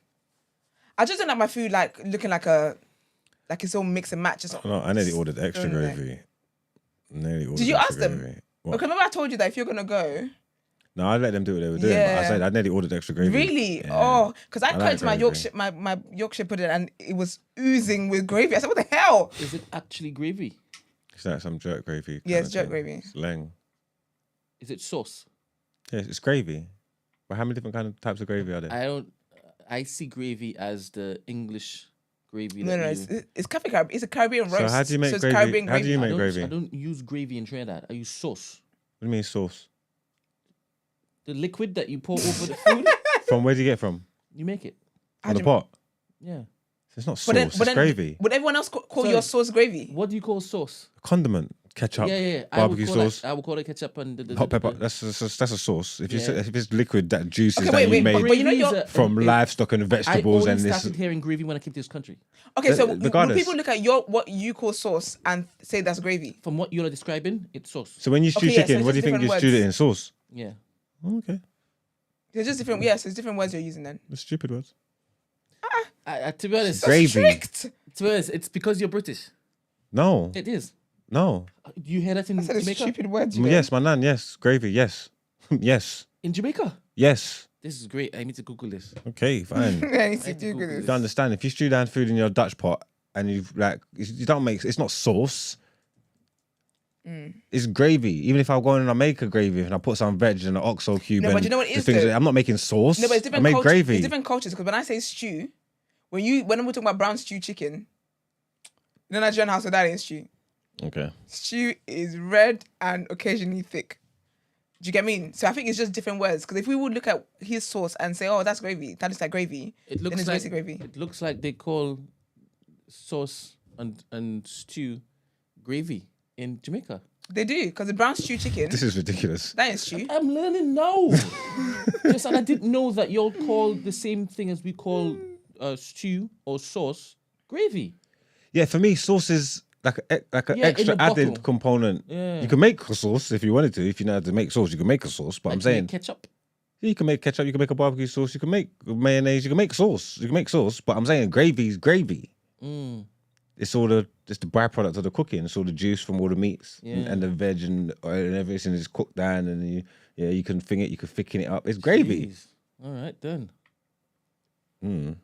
Yeah. Well, I've learned now, innit? I need to go back there. Yeah, sauce is like hot sauce, pepper sauce, barbecue So the sauce. reason why the British say gravy is because the Jamaicans brought the lingo over. Maybe. I don't know what they was doing in Yorkshire with the roast back in the gravy granules. I don't know where they got it from. That's what I see as gravy. Yeah, no, I hear where you're coming Where from. you just put hot water in it and it becomes that Bristol stuff. Yeah, that's English. That's like white people gravy though, isn't it? But I've only associated gravy with that. Okay. Yeah, so first time I heard it when I came to this country. Okay. Yeah, but that's what I'm trying to say. If you stew up chicken and you got it, and then afterwards and then you're thickening it up and all that, and you use that as gravy. I'm not saying that's sauce. I ain't cooked my chicken in sauce. Well, we would say, can I have some more stew, please? Okay. And I'll say, yeah, let me get some gravy on my thing. Fair enough, man. Cool. Yeah, man. How long so short? Goes off. That's it for me. Are we doing Wellness Wednesday today? Yes, we have one. You care about the well-being? Let's do it. Nice.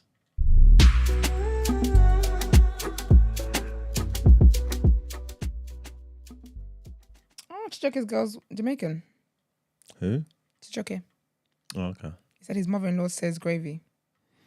You see all the discourse online about Caribbeans and Africans dating and stuff. Wait, No, let I me saw just, the let me Kai just Cenat one. let's get some healing Oh, first. so we're going to do the healing, then we're going to talk about it, then we're going to trigger them again. Oh, dear. Sometimes there's no better way. Sometimes there's only the hard way. Mary E. Pearson. Firstly, I'll start by saying Eid Mubarak to all the brethren out there. I guess you can also say the discipline within Ramadan has inspired today's wellness message. So let's take it back a bit. With summer around the corner, I know a few of you have jumped back into the gym just to try and prepare yourselves. Others have been doing this since last summer, and they've persevered through the hard periods of winter just to get to their goal. We often find that in this day and age, no one wants to do things the hard way anymore. Why bother with the gym when a few gastric bands and injections can get you there far much quicker? At the end of the day, the results are going to be the same, no? A lot of you are probably thinking, well, what's the point of going through life the hard way? And I can honestly say, not so much. But when you go through things the hard way, you in turn find yourself becoming more resilient, more disciplined, and even more confident. As I say this, I realise how this has effectively affected us as black people. With that being said, to all my fellow brethren, whilst you've managed to overcome the challenge of fasting and abstaining, I'll challenge you and say, why stop today? If you manage to spend all those weeks without swearing, smoking, being gluttonous, and just being an overall better human, why stop there and not continue? Yes, it sure is the hard way of living life, but in turn, it's the most rewarding opportunity and experience. So go ahead, continue life the hard way, and see where it takes you. Mark my words, you'll appreciate it in the long run.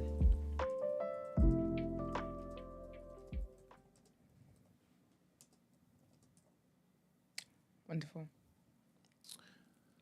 Amazing. On to the next headlines. Please.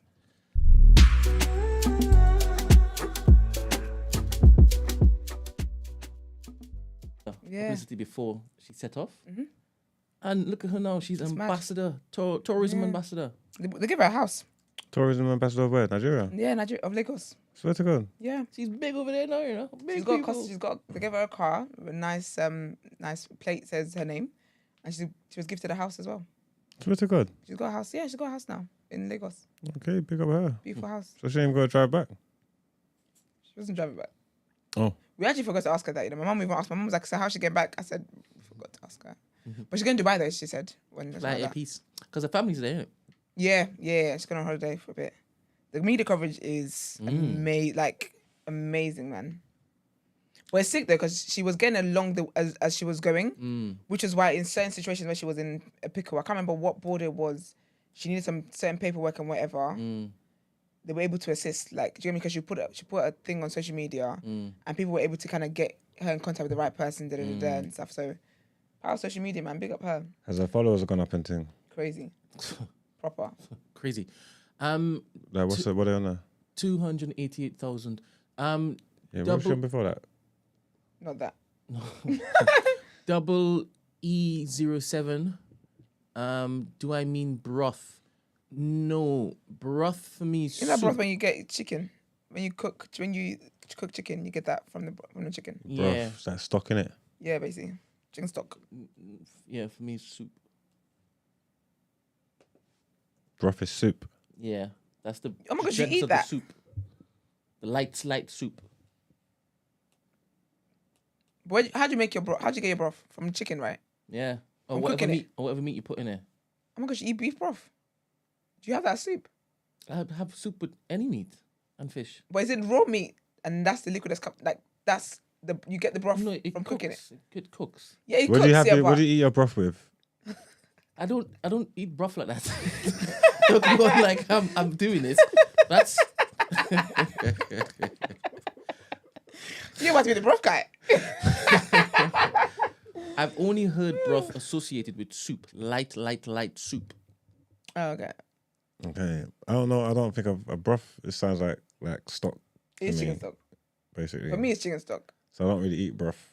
No. Or I could use it to can cook be an ingredient. to cook with it, for the flavours, the things and stuff. Yeah, we use it with jollof rice.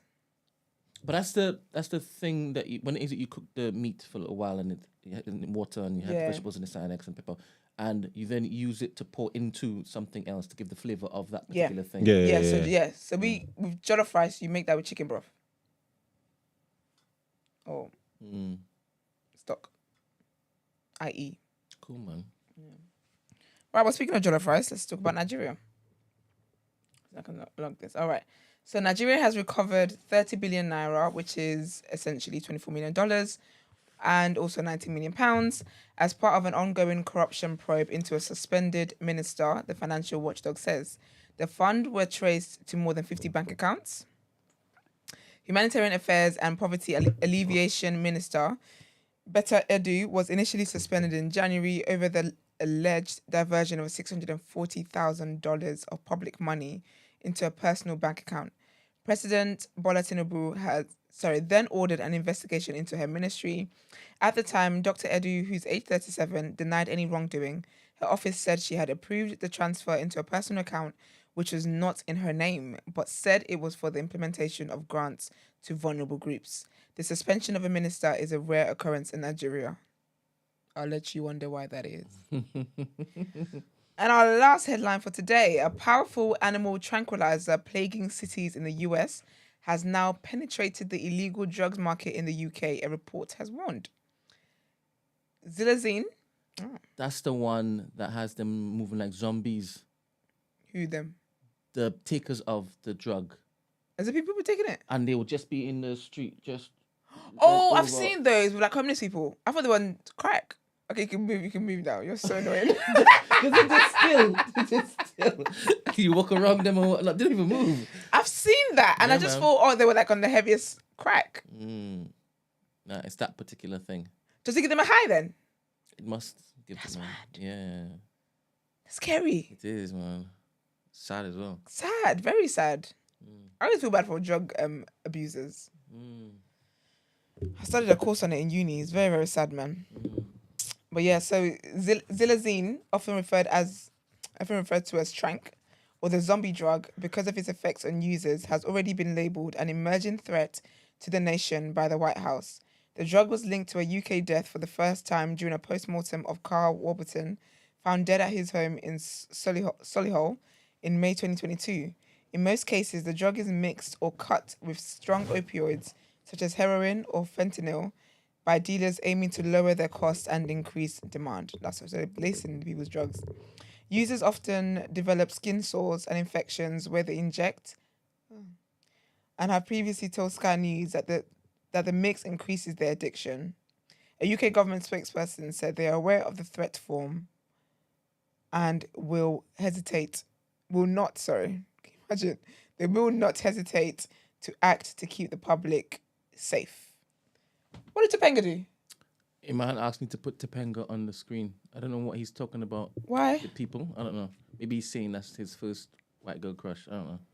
Topanga from Boy Meets World, yeah, because she was young and then in one season she came back all grown and she was laying in it. Do you know why they're arguing I heard she said racist stuff.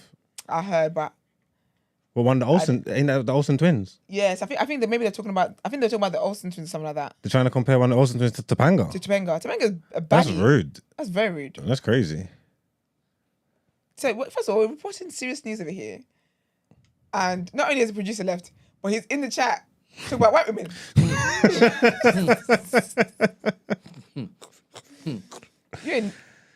Your melanin, honestly. Just gets more concerning every day, man. More concerning every day. So melaninless by the 2-year anniversary. Anyway, big up to Benga though. Even the Olsen twins, I don't know what happened with them. What happened to them? I love them so much though when I was younger. Any film I might do that actually. It's happened to my childhood. Like watch their shows. They have really good shows. I used to read their books as well. Who, the Olsen twins? Yeah. I can't remember what they look like. That's not Mary Kate and Ashley, is it? It is Mary Kate and Ashley, yeah. Oh, they're finished now? Well, they look like life dealt them a hard hand. But that's the thing with child actors. They were acting from when they were like 2 or something crazy like that. Even babies. And they were so talented. Now they're like old ladies. Yeah, man. Do they? They're white cracked. I think they look better now, actually. There was a time when they were going for a hard time where they looked like, wow. But I think they've actually they look healthier now. They just look like white girls from York. They're specific Yorkers. Just get off. Finished. Because it looks like... I don't know what you're talking about. This is... Well, that's them looking better though, no? This guy look like they're Lord of the Rings or something. This is. They look better. There was a time they looked rough, honey. Why are they in Friends? Let's say the truth. They ain't never been crazy. Yeah, they ain't never been crazy. Not one time in their life. Oh, when they had a full friend when they were little kids, they were cute. They were the cutest girls. Them when they were kids. So.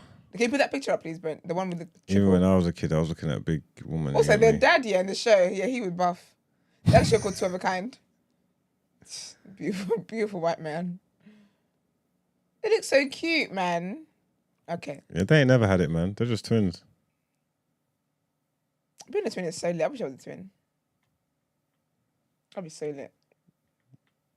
Double trouble. Double trouble. So lit. The only way I would actually have kids is if I was guaranteed to have twin girls.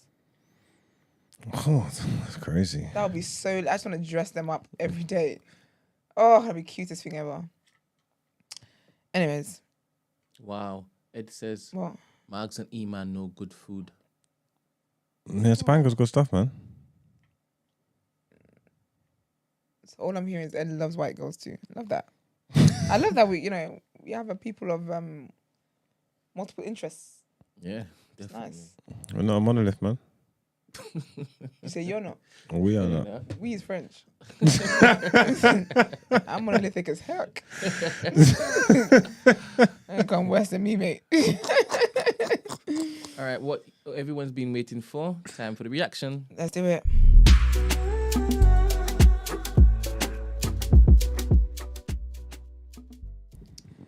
And you know what as well, yeah? Well, anyway, welcome to the reaction. I'll start. I didn't know what as well. No, I'll start by making a statement. And because last night we Did Arsenal saw... lose? No, they didn't. But last night, we saw absolute Stonewall penalty not given, man. And I can't believe my eyes. And even though they are rivals, your heart's got to go out to their fans because they was robbed of a European result. So Bayern Munich. He's talking about the Gabriel one. He was talking about Bayern Munich, yeah. Heart's got to go out to their fans, man. Bayern Munich were robbed of a Stonewall Did they penalty. play Arsenal? Yeah. So you just won't support Arsenal regardless, whatever. Oh no, it was a good game. It was a good game. Great spectacle. Finished 2-2. I called a draw. I was wrong. I thought it was 0-0, but I still called a draw. If you took my tip, you would have won some money yesterday. You would have lost it on the City game, but don't worry about all that. But yeah, man. Bayern and Arsenal. I think the positive is that you saw two I want to say European powerhouses, but Arsenal's not really a European powerhouse, but they got the potential to be. But two top teams playing each other. You know what I'm trying to say? Like, and the football was good. Arsenal didn't do what they done against City and was just scared for their lives. They actually went there. They actually tried to play and tried to win a game of football, which was great to see. You get me? There was a lot going on. Arteta set the team up right. His subs was great. It was an all-round great performance. All-round good performance. Well-deserved draw. I don't have anything negative to say about you, Zot. That's nice. Huh? That's cool. So it should have been a penalty for them with the Gabriel. Yeah, 100. Even the excuse he used is ridiculous. He's gonna get. He ain't managing a Champions League game for a long time. Has that been verified? That's what he said on the pitch. So you ain't seen Tuchel going crazy. He told but has that been verified? As in it's yes. That's what he actually said. I don't understand when Tuchel comes out every week and says stuff, and you don't never question his integrity. I don't listen to Tuchel. I'm just saying, managers come out every week and give interviews, and you never really question their integrity. But then because it's been Arsenal, you talk about is it verified? That's what the referee said. The referee said that was a kid's mistake. I'm not giving that in the Champions League quarterfinal. That's what the referee said. When do people just lie and make up stuff that referee said, but all of a sudden it's Arsenal, you need to verify it and you need receipts and things. That's what the referee said. He's a young referee. He's inexperienced as well. It was stupid of him to even say that. And I can believe that was the mindset of it because that's what he was just thinking. He was like, come on, man, like, I'm not giving a penny for that foolishness. But the rules are the rules. And again, a kid's mistake or adults' mistakes. You're adults. So why are you allowing adults to do kids' things for on one of the biggest stages in the world? That's top tier elite football. Unacceptable. Saka's penalty. People saying he threw his leg at him, but he made the contact and he was running at full speed. They made the contact. Really, Saka should be mad at himself for going for that. He should have just scored the goal. Like, in all honesty, he should have just scored the goal. He was very much capable of scoring the goal. He should have just scored the goal. He wanted to go for the pen. And I don't know if he was just a bit too over-exuberant about it. And I don't know. That's a tough one. Maybe that should have been called as well, though. He did throw himself into Neuer, but I think that was a penalty as well. I think they were both penalties. So it equals itself out. So I don't want to hear Arsenal fans moaning every day until next week. Like, I can't take you, man. Like, just grow up for fuck's sake. All right. I don't know if you've spoken to any yet, but you've seen me this morning. Okay, come on, let's hear it from you. No, I agree with you. I think that if you want to give us a Saka penalty, then you should give in Bayern Munich that penalty. Like I said, I didn't even catch that, so I was asking if it was verified only because that's the only time I heard of it. Okay. Maybe if I watched it during that time where the whistle was blown to commence play.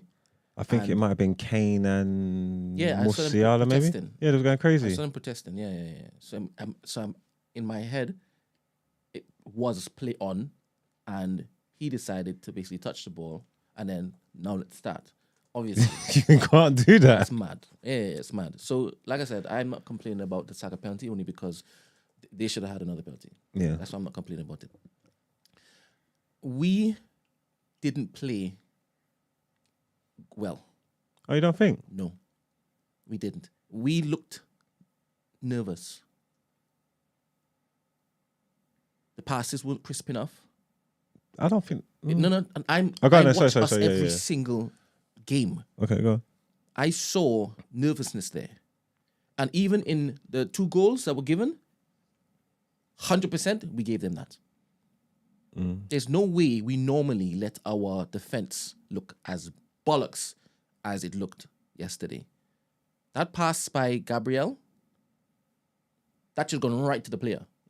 He was nervous. And then what happened afterwards? Like 3 or 4 mistakes, defensive mistakes happened after that. Crazy. But I think that we can beat them based on that. Because they weren't afraid to play us at all. So I'm gauging that the atmosphere is going to be more hostile, 100%. They're not going to start to cut you. They're not going to set up the counter at home, though. They was playing counter-attacking football. They made way less passes. They had way less possession. And they was using Gnabry and Sane as outlets. There's no way they're going to set up at home. I hope they don't. Because the Allianz Arena, I can't think, who is it? Leverkusen, maybe, was it Mönchengladbach or one of them earlier in the season? The only teams that's won there all season. It's a real-life fortress. I think we'd be set up to counter when we go there. Okay. I think we're going to play defensive and then look to counter. My mindset was that you was going to lose it over 2 games because of the Allianz Arena. So not getting that's still advantage them. Yeah, so because you didn't get the job done at home, I'm still of the mindset that you lose that game. Yeah. But I didn't see anything from them where I should be keeping petrified. Yeah, saying that, watching the 2 teams, you can definitely go there and beat them. Yeah, like you definitely can go there and beat them. So it's still in the balance. I'm not saying that I'm mad confident, but I'm not nervous as I. But again, it's about certain teams and like form guides and records. What you have gone there 6 times, lost 4, 1-1, drawn 1. Yeah. All these things, I know that it's the past and all that, and sometimes it plays on the mind. These are important. It's like it's similar with City and Madrid drawing like that. That was great for them because you get to go home. You do have the advantage going home. Like you do have it, innit? Yeah. The onus is going to be onto you lot and Real Madrid to go for it. Yeah. And then it opens up the game. Yeah. The crowd. So it's still. I don't know if the onus is for us to go for it. So what do? Sit back? No, I just told you when we playing counter. I believe anyway. Okay. Yeah. Okay. Yeah, and if it is that a goal goes in, then we're gonna get a bit. All right, let's flex a bit. But I do believe that we have enough to basically go there and get the result. Yeah, it's not a done deal yet. No way, no how. But me personally, I would still put the advantage to Bayern Munich. Yeah, definitely. Like, if they was leading 2-1 at home, I don't know if they would have gave the lead up. You get what I'm trying to say? That's why I was upset with the 2 goals that we allowed them to have. Yeah. Because that shouldn't have happened. This is not regular Arsenal I saw yesterday. Am I right in saying Alphonso Davies ain't going to be playing next leg? Yeah. So that's a good thing for us. That's big as well. 100%. That's big as well. So yeah. And when I said the last time that because of Arteta's ruthlessness, he's going to look to get Saka competition when he goes into the summer window. It's for days like these. He's been tired for a while, and it's showing. He's been off the ball for a little bit, and it's showing. There's no competition for him. There's no ability for him to rest a bit. So I do believe that come summer, we're gonna get him some competition. But it was 2 good games, and I'm looking forward to City. I won't watch the City game, but some of them goals were just bonkers. Some of them goals were absolutely bonkers, and the way Phil Foden's is moving, and I'm telling you now, like,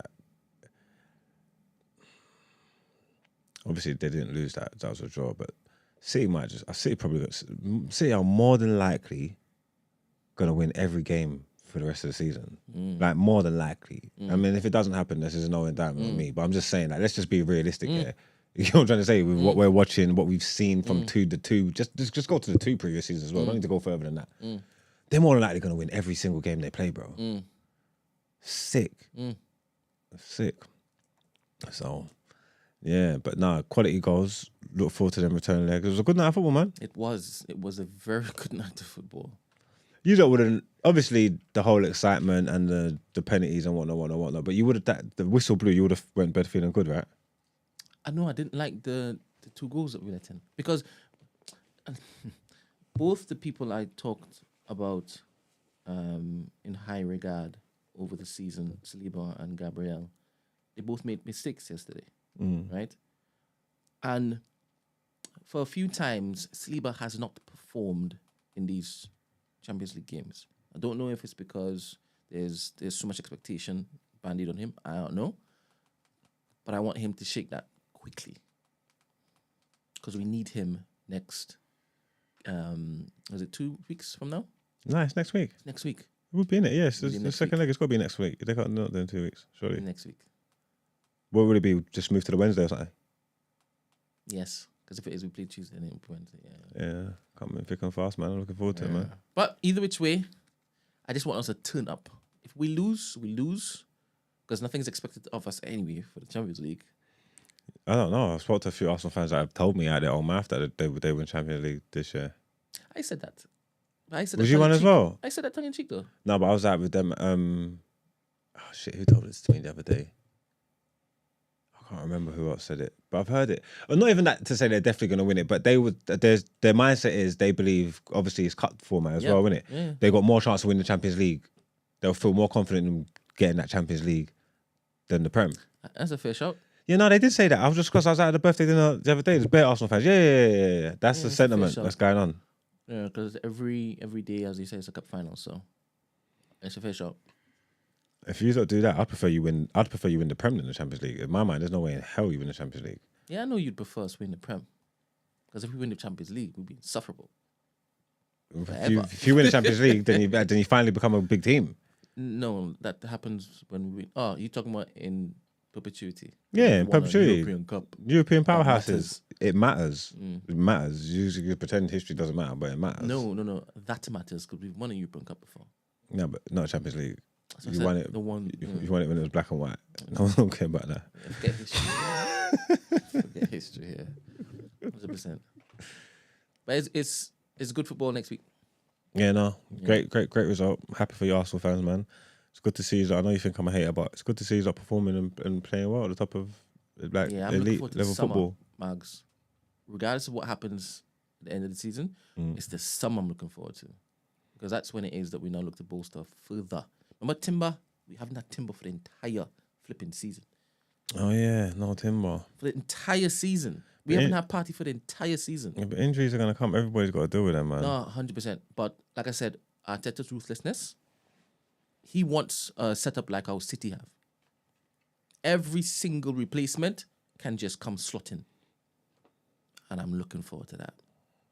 All right. Well, as always, I wish you all the best, man. Did you do any Googles about Liverpool's new man? Shit, no, I forgot. I actually slipped my mind. What's his name again? Who's he? The sporting gaffer? Yes, Sporting Lisbon. I'll get there. I'll get there. Yeah, I want to run down. Yeah, I'll get there.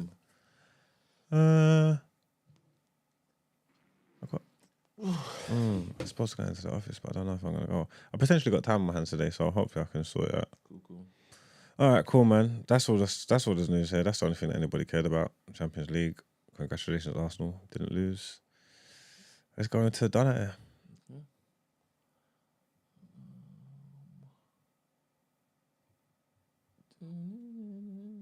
Okay, then.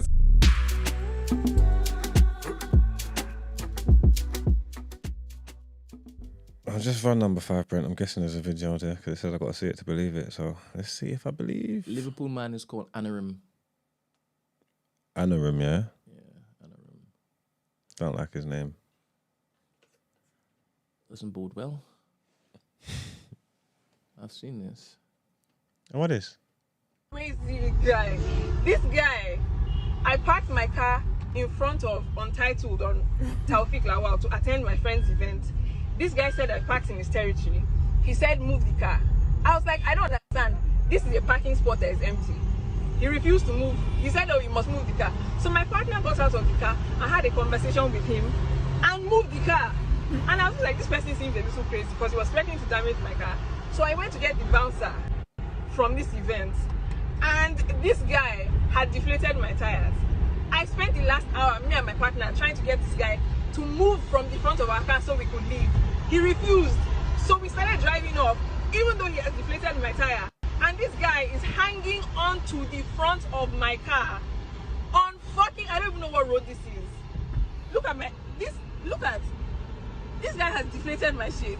He's hanging onto my bonnet at this fucking crazy guy. Do you know how funny Nigerians are? Why is he doing that? I'm so confused. Standing on principle. It's stand on business. Why don't they just slam on the brakes?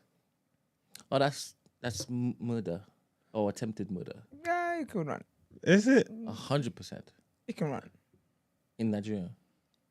I just think if someone's doing something like that, you can just be threatened and you can be scared enough. Whilst filming it. If someone jumped in my car and I drove to get away and then I got scared, so I slammed the brakes to stop. No, that's fine. But whilst filming it? Yeah, because then you got evidence. There was an accident. You're allowed to brake. He's not allowed to be on the car. Like, I'm allowed to brake. Okay. Listen, yeah. Never mind. That man said, do you know that? So there's a saying in Lagos and in Yoruba is Werepo, and it means a lot of mad people in Lagos. Sometimes people just present, you think people are normal, and then when you push them, then you see, there was madness in there. Trouble in was in there. See, initially, I'm looking at it, and before I even heard talking, I'm thinking, what, this brother wants his gal back. You get me? Not that it would be cool, but it would make more sense to me. She done that over, what's the end game here? You was my baby. Over an argument, over a space that you wanted to leave, so she's left it. So then you've left with her. He didn't ask for her to pull out and then go onto the motorway. No, but he asked him to move though. And he popped the tires already as well. And she moved, and then he's gone with her. This is crazy. Yeah, it doesn't serve. That whole move don't serve no purpose. I don't know. I wish I saw how he fell off. Okay. That's how I would like to see. Yeah, she probably cut it off before she put it on the internet. Yeah, she's got to slam the brakes, man.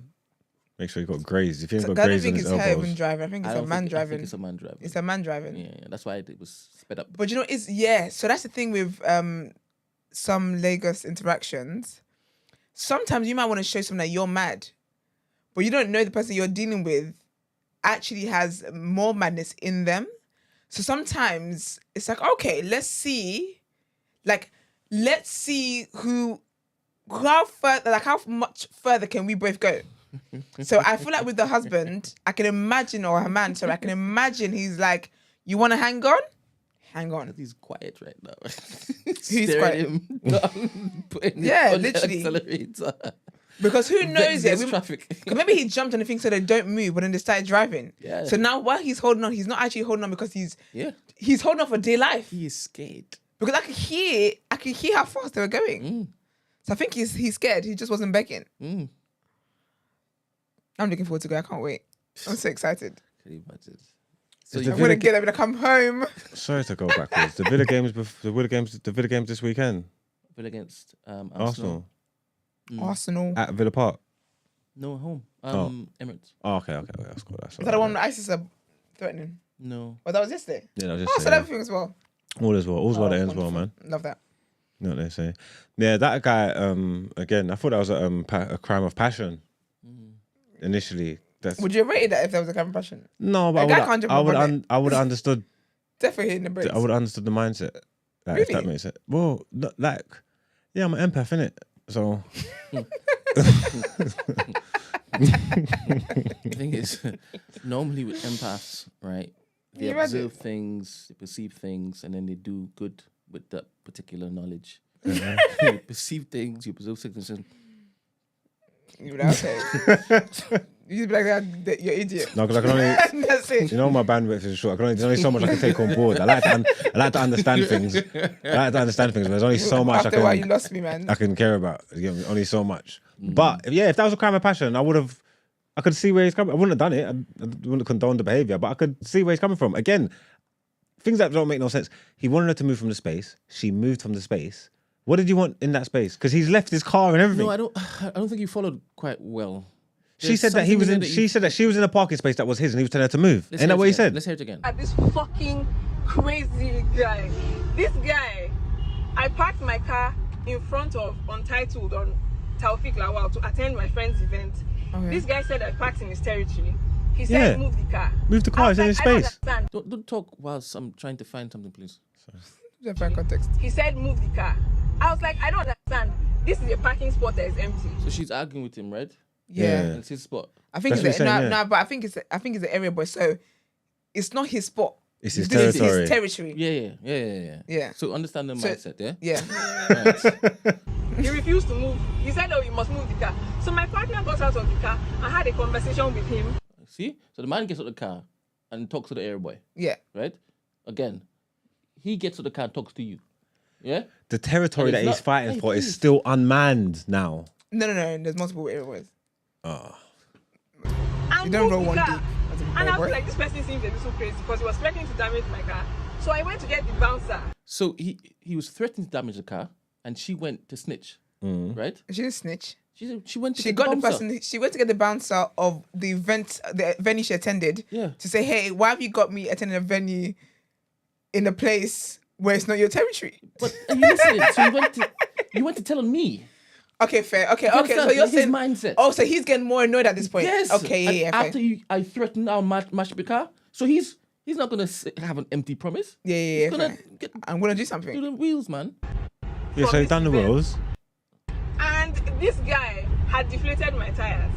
I spent the last hour, me and my partner, trying to get this guy to move from the front of our car so we could leave.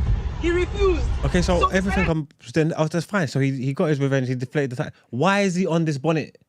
Wait, let's see what else she says, please. I don't think she needs to say anything else for me, to be honest. From how I understand his mindset. And it's a mindset thing. Driving off, even though he has deflated my tire, and this guy is hanging onto the front of my car on fucking, I don't even know what road this is. I like how you say that word, either. What, on fucking? Not on the F. Yeah, the way Nigerians swear, I love it. I love it so much. The emphasis is lovely, serious. Look at this guy has deflated my shit. He's hanging onto my bonnet at this fuck. So basically, this is a situation, right? It is a mindset thing. So basically, in Nigeria, right, the first people think, if you're parked somewhere, you should be parked. So you're parked in someone's house, in front of someone's house, wherever it is. First thing that ever happens is your tires get deflated. Yeah, but it's so funny, because that gave me flashback when I was a kid. That is so funny because if I've parked in front of your house, now you deflated my tire, how am I going to move my car? From the front of your house that I should be parked in, do you get what I mean? So I feel like she must have come out to her car, tires now deflated. But it's like a disrespect thing. Personally, I feel like he maybe wanted some kind of money, like, I'm so sorry, here's some money. Let bygones be bygones. They weren't trying to do that. I don't know what the interaction looked like. So obviously he decided, I'm going to jump on your car, you're not going to go. No, he stood in front of the car, you're not going to go anywhere. When did they decide to kind of, maybe they revved a little bit, and he said, don't threaten me with a good time. Then he jumped on the car. But I don't think he knew they were going to go in the expressway like that. I've got it. See, they're pelting it down on that motorway. Yeah. He's changed the tire already. During him changing the tire, he's still doing the whole back and forth with the guy. Yeah. That guy is like, oh, is that what you want to do? All right, cool. I'm not even moving from here. Yeah, so you're not leaving this place now. Now we're going. It's just going to be a chaos. I'm not being petty. I've seen you change the tire, but I'm not being petty. I want you to be discomforted. But that's what you get then with Nigerians. You don't know. You might think you're mad, but next person's madder. So they've obviously tried to, like, I'm going to drive off. He's thinking, dare you then? They said, bet. Now they're on the motorway. So now he's going to have to get a bus back. That's crazy. And from what I see, it's nighttime. I mean, what are we getting much nighttime like that? So yeah, I think the nation probably is done out. Because it's a mindset thing. They're not as wicked as they think they are. I know they were filming, so they can't actually act that way, but the way them brakes would have got slammed. Yeah, but considering we don't know how this ended. Rolling down the I-95. Trust me, grazed. And these grazes on his forearms and elbows. No, but there's excitement sometimes in when you're doing wickedness to somebody to see it's like a long suffering. He wasn't suffering, he was calm. Yeah, he was just, it's just like a little car ride. He was blessed. Yeah, he wasn't panicked. He wasn't panicked. Man. He was looking back. Did you see he was looking back to see what's behind? Nah, he didn't look panicked. That's because he wouldn't fix his face to be like... That didn't look like his first rodeo. He's still vexed. That wasn't the first time he's done that. Probably. He's got leftover adrenaline from the anger. No, that's not the first time he's been in that position. On the car? On the bonnet. I don't know what. To be fair, he knew how to hold on to that. Watch him again. No, but he just found the crevice. To be fair, he just tucked his... That's an experienced man. That's not a man that was out of his comfort zone. I would turn on the wiper. Before. I would turn on the wipers and all sorts. Beep the horn. But actually, no, Nigerians used the horns. It was so quiet when I moved here. I was like, oh my gosh, they don't really... Nigeria beef for everything. It's a very funny place. Love it. Yeah. Who told me that the traffic lights... I think I must have told you that. Oh, okay. When I went to Abuja, it works in Abuja. I was shocked. Shocked I was. It's like a 4-way system. I said, oh my gosh, you guys wait here. But in Lagos, it's a free-for-all. In Lagos, if you're in traffic here, and like a police car, or someone that's got any car, or like a politician's car, because politicians can be in cars with sirens and such, you just go. Like, the trick here is that if you've been in traffic and a siren comes and everyone clears path, the trick is for you to, if you're smart and you're sharp, you want to get out of traffic, is to follow them like you're part of the convoy. That's tailgating. Did you do that in London? Crazy. But it's illegal, isn't it? It's legal here. It's what? It's illegal in London. What's illegal got to do with it? It's just a thing. You do it. I done it this morning. Running with the ambulance. I said running with the ambulance. Fair enough. Yeah, man. But no, Nigerians are special, man. All right, then. Esther said the whole country. So, Nigeria. No, Esther said, I'm going soon. Don't do that. That's what you said to me. I'm just taking your advice. advice. That was a joke. Be careful.